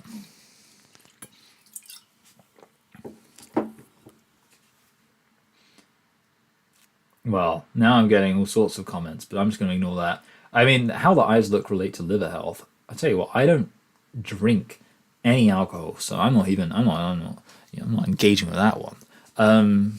But yeah, so I guess the implication I'm getting is that some people don't have bags under their eyes, so well done them. Anti-aging markets are rapidly expanding, and the growth is driven overwhelmingly by cis women entering menopause. It occurs to me that where cis people take HRT to reduce signs of aging, trans people take HRT to create new ones. For us, the effects of hormones are basically the effects of puberty. Estrogen brings breast tissue and mood changes. Testosterone brings body hair and deeper voices. In a world that fears aging, people don't understand why we would do it to ourselves on purpose. Especially because even I mean, to be fair, like, I feel like when most people talk about aging, they're not talking about puberty. You know, like, which of course, I mean, it leads to the other point, which is, you know, if you're worried about aging, you could just do what I do, which is have the kind of genetics where you're pretty much guaranteed to age like fine wine. And I say that without any sense of irony. You know, I'm not saying I'm the most good-looking guy in the world. I have always insisted at least a 6 out of 10. I don't think anyone can deny that. But I feel like, I truly feel like my particular kind of features in terms of, you know, like I guess like the general kind of darkness of it, like the dark hair, like the dark eyebrows, all that kind of stuff. I feel like I'm very poised to age like fine wine. I feel like, you know, come back, see me 20 years from now, 40 years from now, I'm going to be, like, I'm only going to get better. Like, I'm like, you know, if people talk about aging, I'm like, bring it on. You know, I'm going to look like a handsome, I'm going to be a handsome granddad. I'm going to be a hot granddad. It's going to be great. Get hyped for it. Yeah, like, I feel sorry for you if you're significantly older than me, because you'll probably die before you see me reach my my peak beauty. hormone therapy has its limits and things can go wrong. Sometimes the changes aren't. Ew, don't have kids. But then how will I become a granddad? How will I was gonna say how will I become a DILF? I don't know if like people are okay with that kind of language, because I know the F stands for a rude word. What we hoped. Sometimes they feel like a downgrade. This horrifies some people peering in at us. There's a video that went viral a month or two ago of someone named Casey Miller who's venting about Casey, King Critical, losing their hair after a few years on testosterone. Yeah, so I got out of my haircut because my hair was driving me nuts, and I shaved it because I'm tired of watching my hair thin out, and it's less distressing if I shave it. So when I talk about being too far gone, I don't really know what else to call it. This is what I mean. This is how deep my voice is. This is what I mean by hair loss. Yeah, like, it's crazy. Testosterone's like insane. Like, I remember when I spoke to my good friend Kat Cattinson. Okay, Indigo is still upset about my consumers comment. For the record, okay, Indigo, there's a point at which I wouldn't take anything I say too seriously. You know, last episode, I made fun of the potato famine.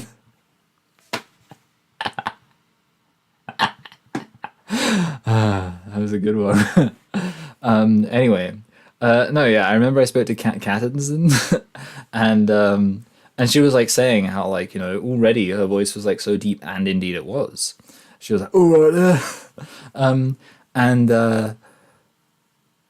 like that was like after less than a year. So it's like if you don't detransition within like a year, and you're a FTM, you're so like you're done basically, because like it's like so much, and I feel like it can no, you don't, Indigo. Yeah, I'm reading your comments. I'm just saying, you know, I can't like fully engage with them at this exact moment. Anyway, so, and I mean, for the record, I also agree with your points. I just think, I feel like, yeah, I mean, the main point in my view is I feel like I'm against the whole like not taking responsibility for your actions thing, basically. Like, I feel like you can say, yes, it's unfair, yes, there are systemic factors at play, blah, blah, blah, but also you have to say, you know, every individual person has choices that they make, and they are responsible for those choices, and as such, I feel like on some level, you know, within certain contexts, you can criticize or perhaps even make fun of those choices without having to, you know, I guess engage too much with the whole, you know, oh, it's not their choices. I mean, you know, I've always said like there is a balance between recognizing systemic pressures and also acknowledging personal agency. And generally speaking, I would say that balance is that you would say, it is not fair that certain people have to overcome adverse effects caused by systemic pressures, but also you would say that we live in a country or countries that are sufficiently free that everybody does have the ability to, you know, exercise their own personal agency to make good choices. So, you've got to, you know, on some level say, yeah, you know, you've got to make these choices. And you can go to one way the other way or one way the other. Yes. I mean, yeah, for the record, like my advertising comment was a little bit facetious. Me personally, I'm a... it's easy to say. I mean, it's kind of, in a way, we've kind of gone full circle, because it's a little bit like my comment about, like, you can't criticize murder if you don't like murder. In my case, I don't really like consuming things, so it's very easy for me to criticize consuming things. It's very easy for me to be like, I can't believe you buy stuff, you nerd, because I generally avoid buying things. Like, I'm one of those people, you know, when PragerU's doing their whole, you know, hey, you idiot millennial, stop buying so much coffee, and then maybe you'd own a house. I'm there, like, and you know, I'm like, oh, you know, it's not that simple. But in the background, I'm thinking, but also, you know, stop buying coffee, you idiot. Like, you can brew it yourself. Do you have any idea how much cheaper it is to brew it yourself? Like, it is so, like, it's coffee, dude. All you got to do is buy, like, a cafetiere or a French press, if you like to be fancy, you know, and get some coffee grounds and a kettle. It's not that hard. And meanwhile, you're going to Starbucks like every day, and that's not an insignificant amount of money. It adds up. So there we go. This is my Prager, you're right about everything hour. I don't know. Like, it's a funny thing though, because yeah, like I saw somebody, like there was like a government minister who was like, people need to stop wearing shorts and shirts, or shorts and t-shirts in winter because it's not realistic, because, you know, heating's expensive. And everyone was like, oh, how dare this guy say that? Doesn't he know that gas, he's saying like, hey, you know, he's blaming the people who are freezing cold. Blah, you know, how about you just make it so the heating's cheaper, you bastard. And meanwhile, I was there like, I don't know, is wanting to wear shorts and t-shirt in the middle of winter really, like, is that where you're gonna like take your stance? Feel like I went a bit off track. Yeah, the point I'm making, I guess, is that you know, that's just another example. Mate, in Scotland, you always get nutters who wear shorts and whatever. My uncle's like that, but he's fat, so it doesn't count. Like he's just a furnace at this point. He's just a big, fat, chubby furnace.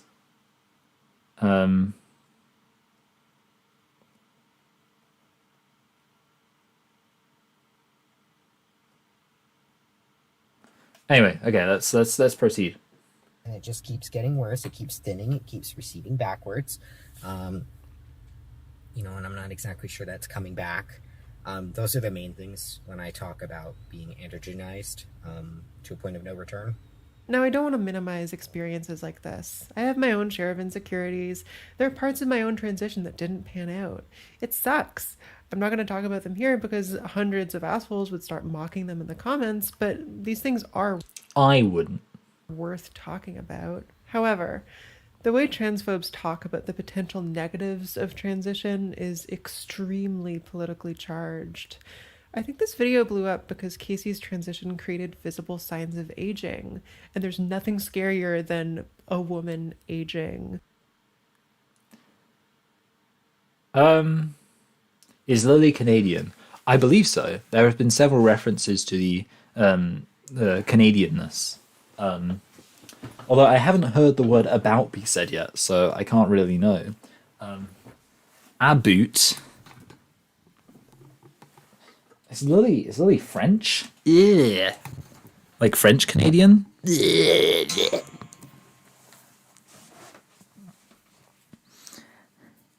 Hey there, I come from Canada, eh? I don't know. This isn't me calling Casey a Oh yeah, okay, so, yeah, wait. woman, by the way. I don't know how they identify it, but the video really plays into this fear. It's a very weird thing to say, right? It's just... Wait, oh, did we just get a boot said? Oh god, let me see. Boot. And there's nothing... Video blew up because Casey's transition created visible politically charged. I think this video blew up because Casey's transition created feel like I've visible missed signs of aging. And there's nothing scarier than a woman aging. This isn't me calling Casey a... Yeah, okay, so yeah, I do want to address this. It just feels like an entirely like speculative thing. Like as if like rather than it's because somebody's body has been changed in a way that I guess like they don't like how they look, or indeed she doesn't like how she looks. My tummy was rumbly. Like, and then people are like, oh, that kind of sucks because, you know, while, you know, we shouldn't judge people by looks, most people wouldn't want to... Most people wouldn't, like, choose to look worse. And, like, if I don't know, took some kind of experimental pill and then revealed that I was going bald, you guys would probably feel sorry for me. And, like, that would seem like the obvious explanation. And it just seems a bit weird to be like, no, actually, it's because... It's because people are scared of the idea of a woman worrying. Oh, sorry, woman worrying. I don't know why I said worry there. People are scared of a woman aging. It's like, it just seems entirely speculative to me. A woman by... Yeah, drug-induced premature aging is a bad thing. Yes, that's a good way of putting it. I like that. By the way, I don't know how they identify it, but the video really plays into this fear. I don't really see me personally being able to come back from what's happened so far, so I hope that's a little explanatory. You know, this is what happens when you give a woman testosterone. This for 5 years. This is what happens, essentially. That's quite funny. I like this from Lark. People are only scared of HRT causing organ failure because they are scared of aging. Cringe. Yeah, that was quite funny. When anti-trans activists talk about saving young women from our movement, there's an emphasis on young, on the supposed virtues of youth. No, what are you? No, like it's obvious. Oh no, oh no, oh, like you know when like your mind just like realize like your mind just starts working, and then you're like, uh-oh, Garuma, like because obviously the reason why most people talk about being young is like a concern is because young people tend to be less mentally mature, and therefore, obviously, you want to be a bit more concerned about the choices young people are making. You know, it makes sense to be more invested in the choices being made by young people than by older people. And obviously, the reason I say groomer is because, like, what Lily just said there. Movement, there's an emphasis on young, on the supposed virtues of youth. Like, purity, innocence, fertility, hairlessness. Okay, so I mean, I don't know about the hairlessness, but that idea of like, oh, these people, they're obsessed with like the innocence of youth and blah, blah, blah. That's exactly what could be said by somebody advocating for, you know, like getting rid of the age of consent. Like, why is it that these people, whenever they talk about, men having sex with people, they're always so focused on the youth, on this innocent, virtuous idea. And I just think that's, you know, I think we've evolved beyond those simplistic characterizations. Why do we have to understand the youth in those terms? It's like, no. Yeah, so I don't know. I'm very suspicious of people who want to try to argue that we shouldn't conceive of young people as being more vulnerable to manipulation. Because if you're arguing against the idea that we should understand young people as being more vulnerable to manipulation, you're a hop and a skip away from outright, basically, paedophile apologia. They project their own fears of aging onto trans men, as if they're the people carrying the last glimmers of their own youth. Again, completely, it's just like, it's so wildly speculative, and it's actually really funny. I think like the best analogy I can make to this is it's like when somebody gives like a very kind of like they give an interpretation of like a piece of media, and like the sorry, I'm moving something, and it's like very obviously an interpretation that they're very heavily invested in, but also is pretty obviously just them like completely reading into the text. And I don't know, like, and I'm trying to think of like an example of like a film where that's like obviously happened. I can't really think of one, but you know, like that kind of thing, like, oh, you know, this is all just about, you know, fear of youth, and they have this concern that their own youth is being destroyed, and you know, their concern about this particular thing is really just a proxy for their concern about their own mortality and blah blah blah blah blah. And it's like it's like you're just making it up. Like it's wild speculation, and that's how it feels when it's just because, you know, it's like in Lily Alexandre's head, the gender critical movement is like a protagonist in a book for Lily to speculate and massively read into kind of the motivations of. There was a comment.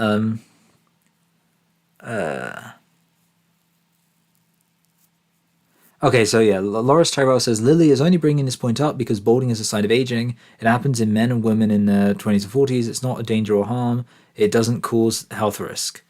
Yeah, but the point is this like obsession with the aging aspect, I think, is ridiculous, because I think more so, like my point is I don't know why Lily's like obsessed with this kind of age angle to it, because I think, to be honest, like I don't really think of balding as a sign of aging, because I would still view people in their 40s as young.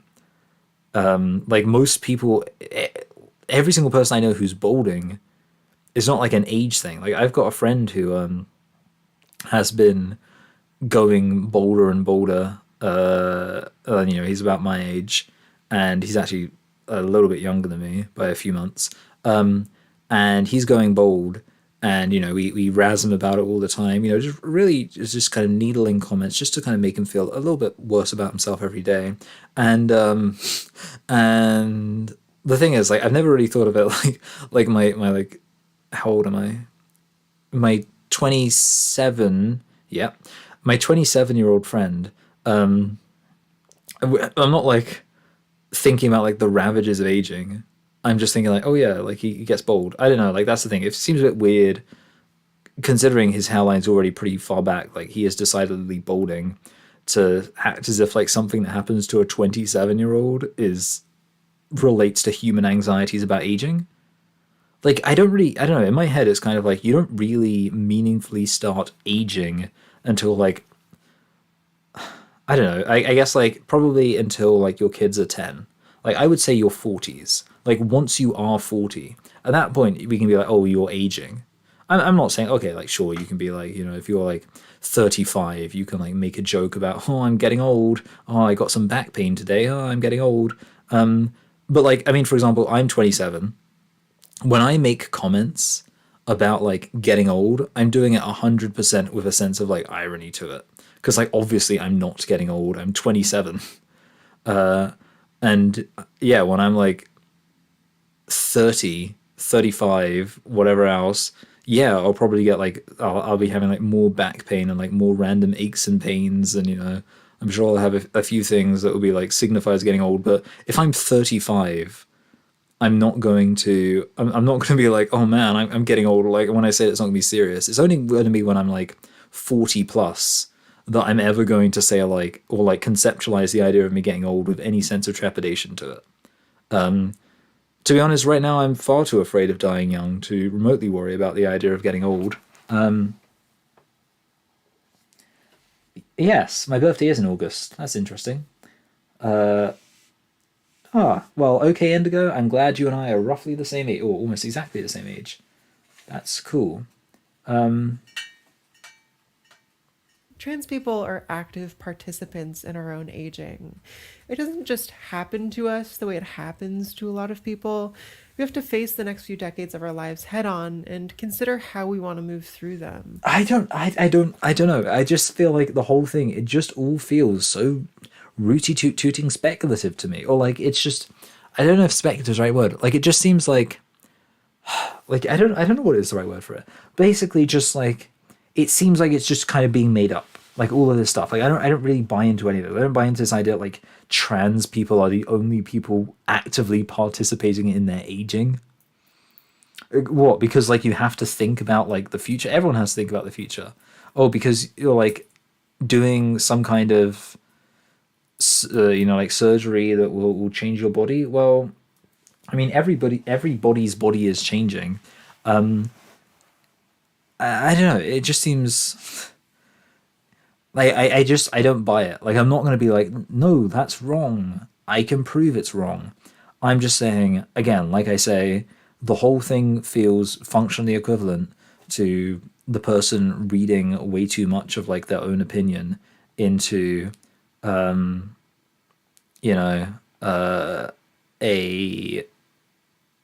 book, and like they've got their own opinion on like the character and the themes and what this particular thing means, and it's very in depth, but you're just like thinking, well, yeah, maybe. I mean, maybe everybody's really terrified of death because they're conceiving of balding trans-identified females as showing death and mortality, and it's all part of this massive anxiety. Maybe people particularly hate trans-identified people, or are scared of trans-identified bodies because trans people are actively participating in their own aging. Maybe. I don't think so. That's not how I personally think about any of this. I don't think I've seen anything to indicate that's how anyone else is thinking about this. But whatever. Anyway.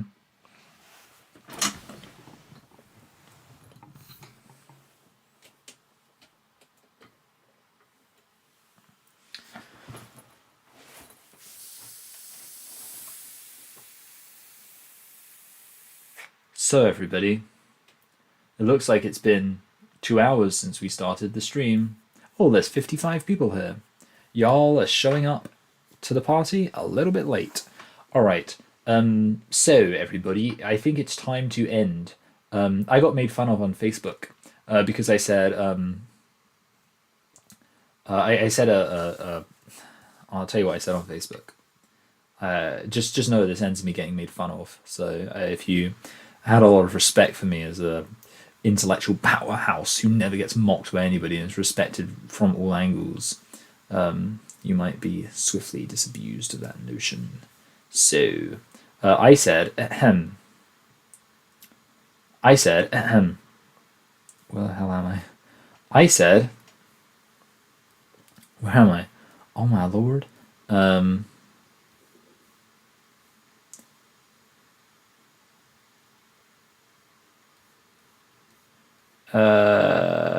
the hell?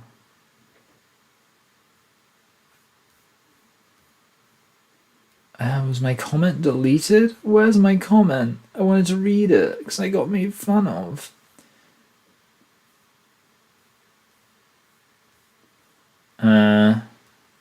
Oh wait, no. I swear it's here. Oh, here, okay.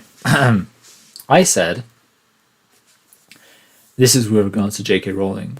It's not that she isn't transphobic, it's that transphobia is a meaningless accusation when talking about one's attitude towards the spurious and heretofore unevidenced claim that biological males can be women. And everyone's making fun of me, so like, hey dude, you talk like a nerd. Stop talking like a nerd, you stupid nerd. Why are you talking like such a nerd? But like, for me personally, it's just how I talk. It's naturally how I talk. Lots of people have noticed it. My sister makes fun of me about it. She was like, you know, you loser, you talk like a Radio 4 presenter. My fiance has noticed it. I talk in this poncy, dickhead way, where I use words like heretofore, unevidenced, spurious, things like that. That's how I talk. And it's especially how I write, more so than how I talk, it's how I write. Because, you know, obviously I have a very baby brain. So when I'm focusing on talking, I'm usually just focusing on trying to make sure that I get the F and the TH sound properly said so they don't get mixed up. But when I'm typing, I usually type in this very poncy way. Thank you, OK Indigo, for the use of the word ponce. And the thing is, so people make fun of me about it all the time, everywhere I turn. But the issue is, I feel like one of the things they'll sometimes say is they'll act as if like I'm affecting a fake, you know, like smart sounding way of talking, so that like I don't know, like people think I'm smart. But the thing is, no, like naturally, and like a lot of the time, like I'll get like someone will be like, "Oh, why did you use that word, you idiot? Do you want everyone to think you're smart?" And I'm literally like, the reason I use the word is because it's the best word to get across what I'm trying to say. And like, I'm not like some dickhead who like uses a completely unnecessarily complicated word. Like, you think about it, like what I said there. So spurious and heretofore unevidenced claim, you know, which I assume is supposed to be the bit that's very funny, or you know, like hilarious because of what a knob I sound like. Spurious and heretofore unevidenced. But it's like I can't think like off the top of my head, like what's a better way of writing that sentence? Arse sewage. I only just realized that a swage looks like arse sewage. But yeah, like the thing is, like, yeah, well, like the way to phrase that differently, spurious and heretofore unevidenced claim, would I guess be claim that there's not really a good reason to believe, and also up until this point nobody has provided good evidence for it. Like that would be like if I was to not use poncy words, that's how I'd have to phrase it. So it's like, well, why did I use the poncy words? Because that's the most efficient way to phrase it. I'm being more concise exactly by saying spurious and heretofore unevidenced claim. I'm a hero. I'm using the best words in the best way. But the point is, like, I would literally have to try to talk differently. So I don't know. I hate everybody because I'm insecure, and my insecurity makes me angry, and that's why. And then I become defensive, And that's why I started this YouTube channel. Just so one day I knew I'd be able to stream, and I'd be able to end that stream with a rant where I would say, "Hey guys, here's how I talk, but it's normal, right? I'm normal. I'm not weird. Everyone else is weird, and someday they'll pay." Anyway, speaking of paying, check out my Patreon. I don't advertise my Patreon on the streams because I think that would be silly. My Patreon is for the it's for the videos that actually require work and are of meaningful value, not my streams. My streams. Anyway, I suppose since there's 50 people here, a whole 2 more than when I last did a like spike. Are you ready for a like spike? Are you ready? I'll give you a minute. Oh, sorry.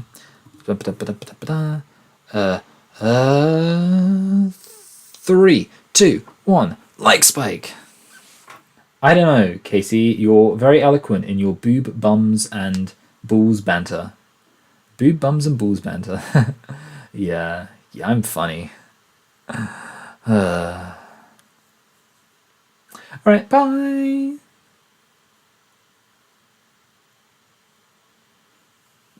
I can speak Swedish too. The trick is you just speak English, but you make sure you get every single vowel wrong. Bye!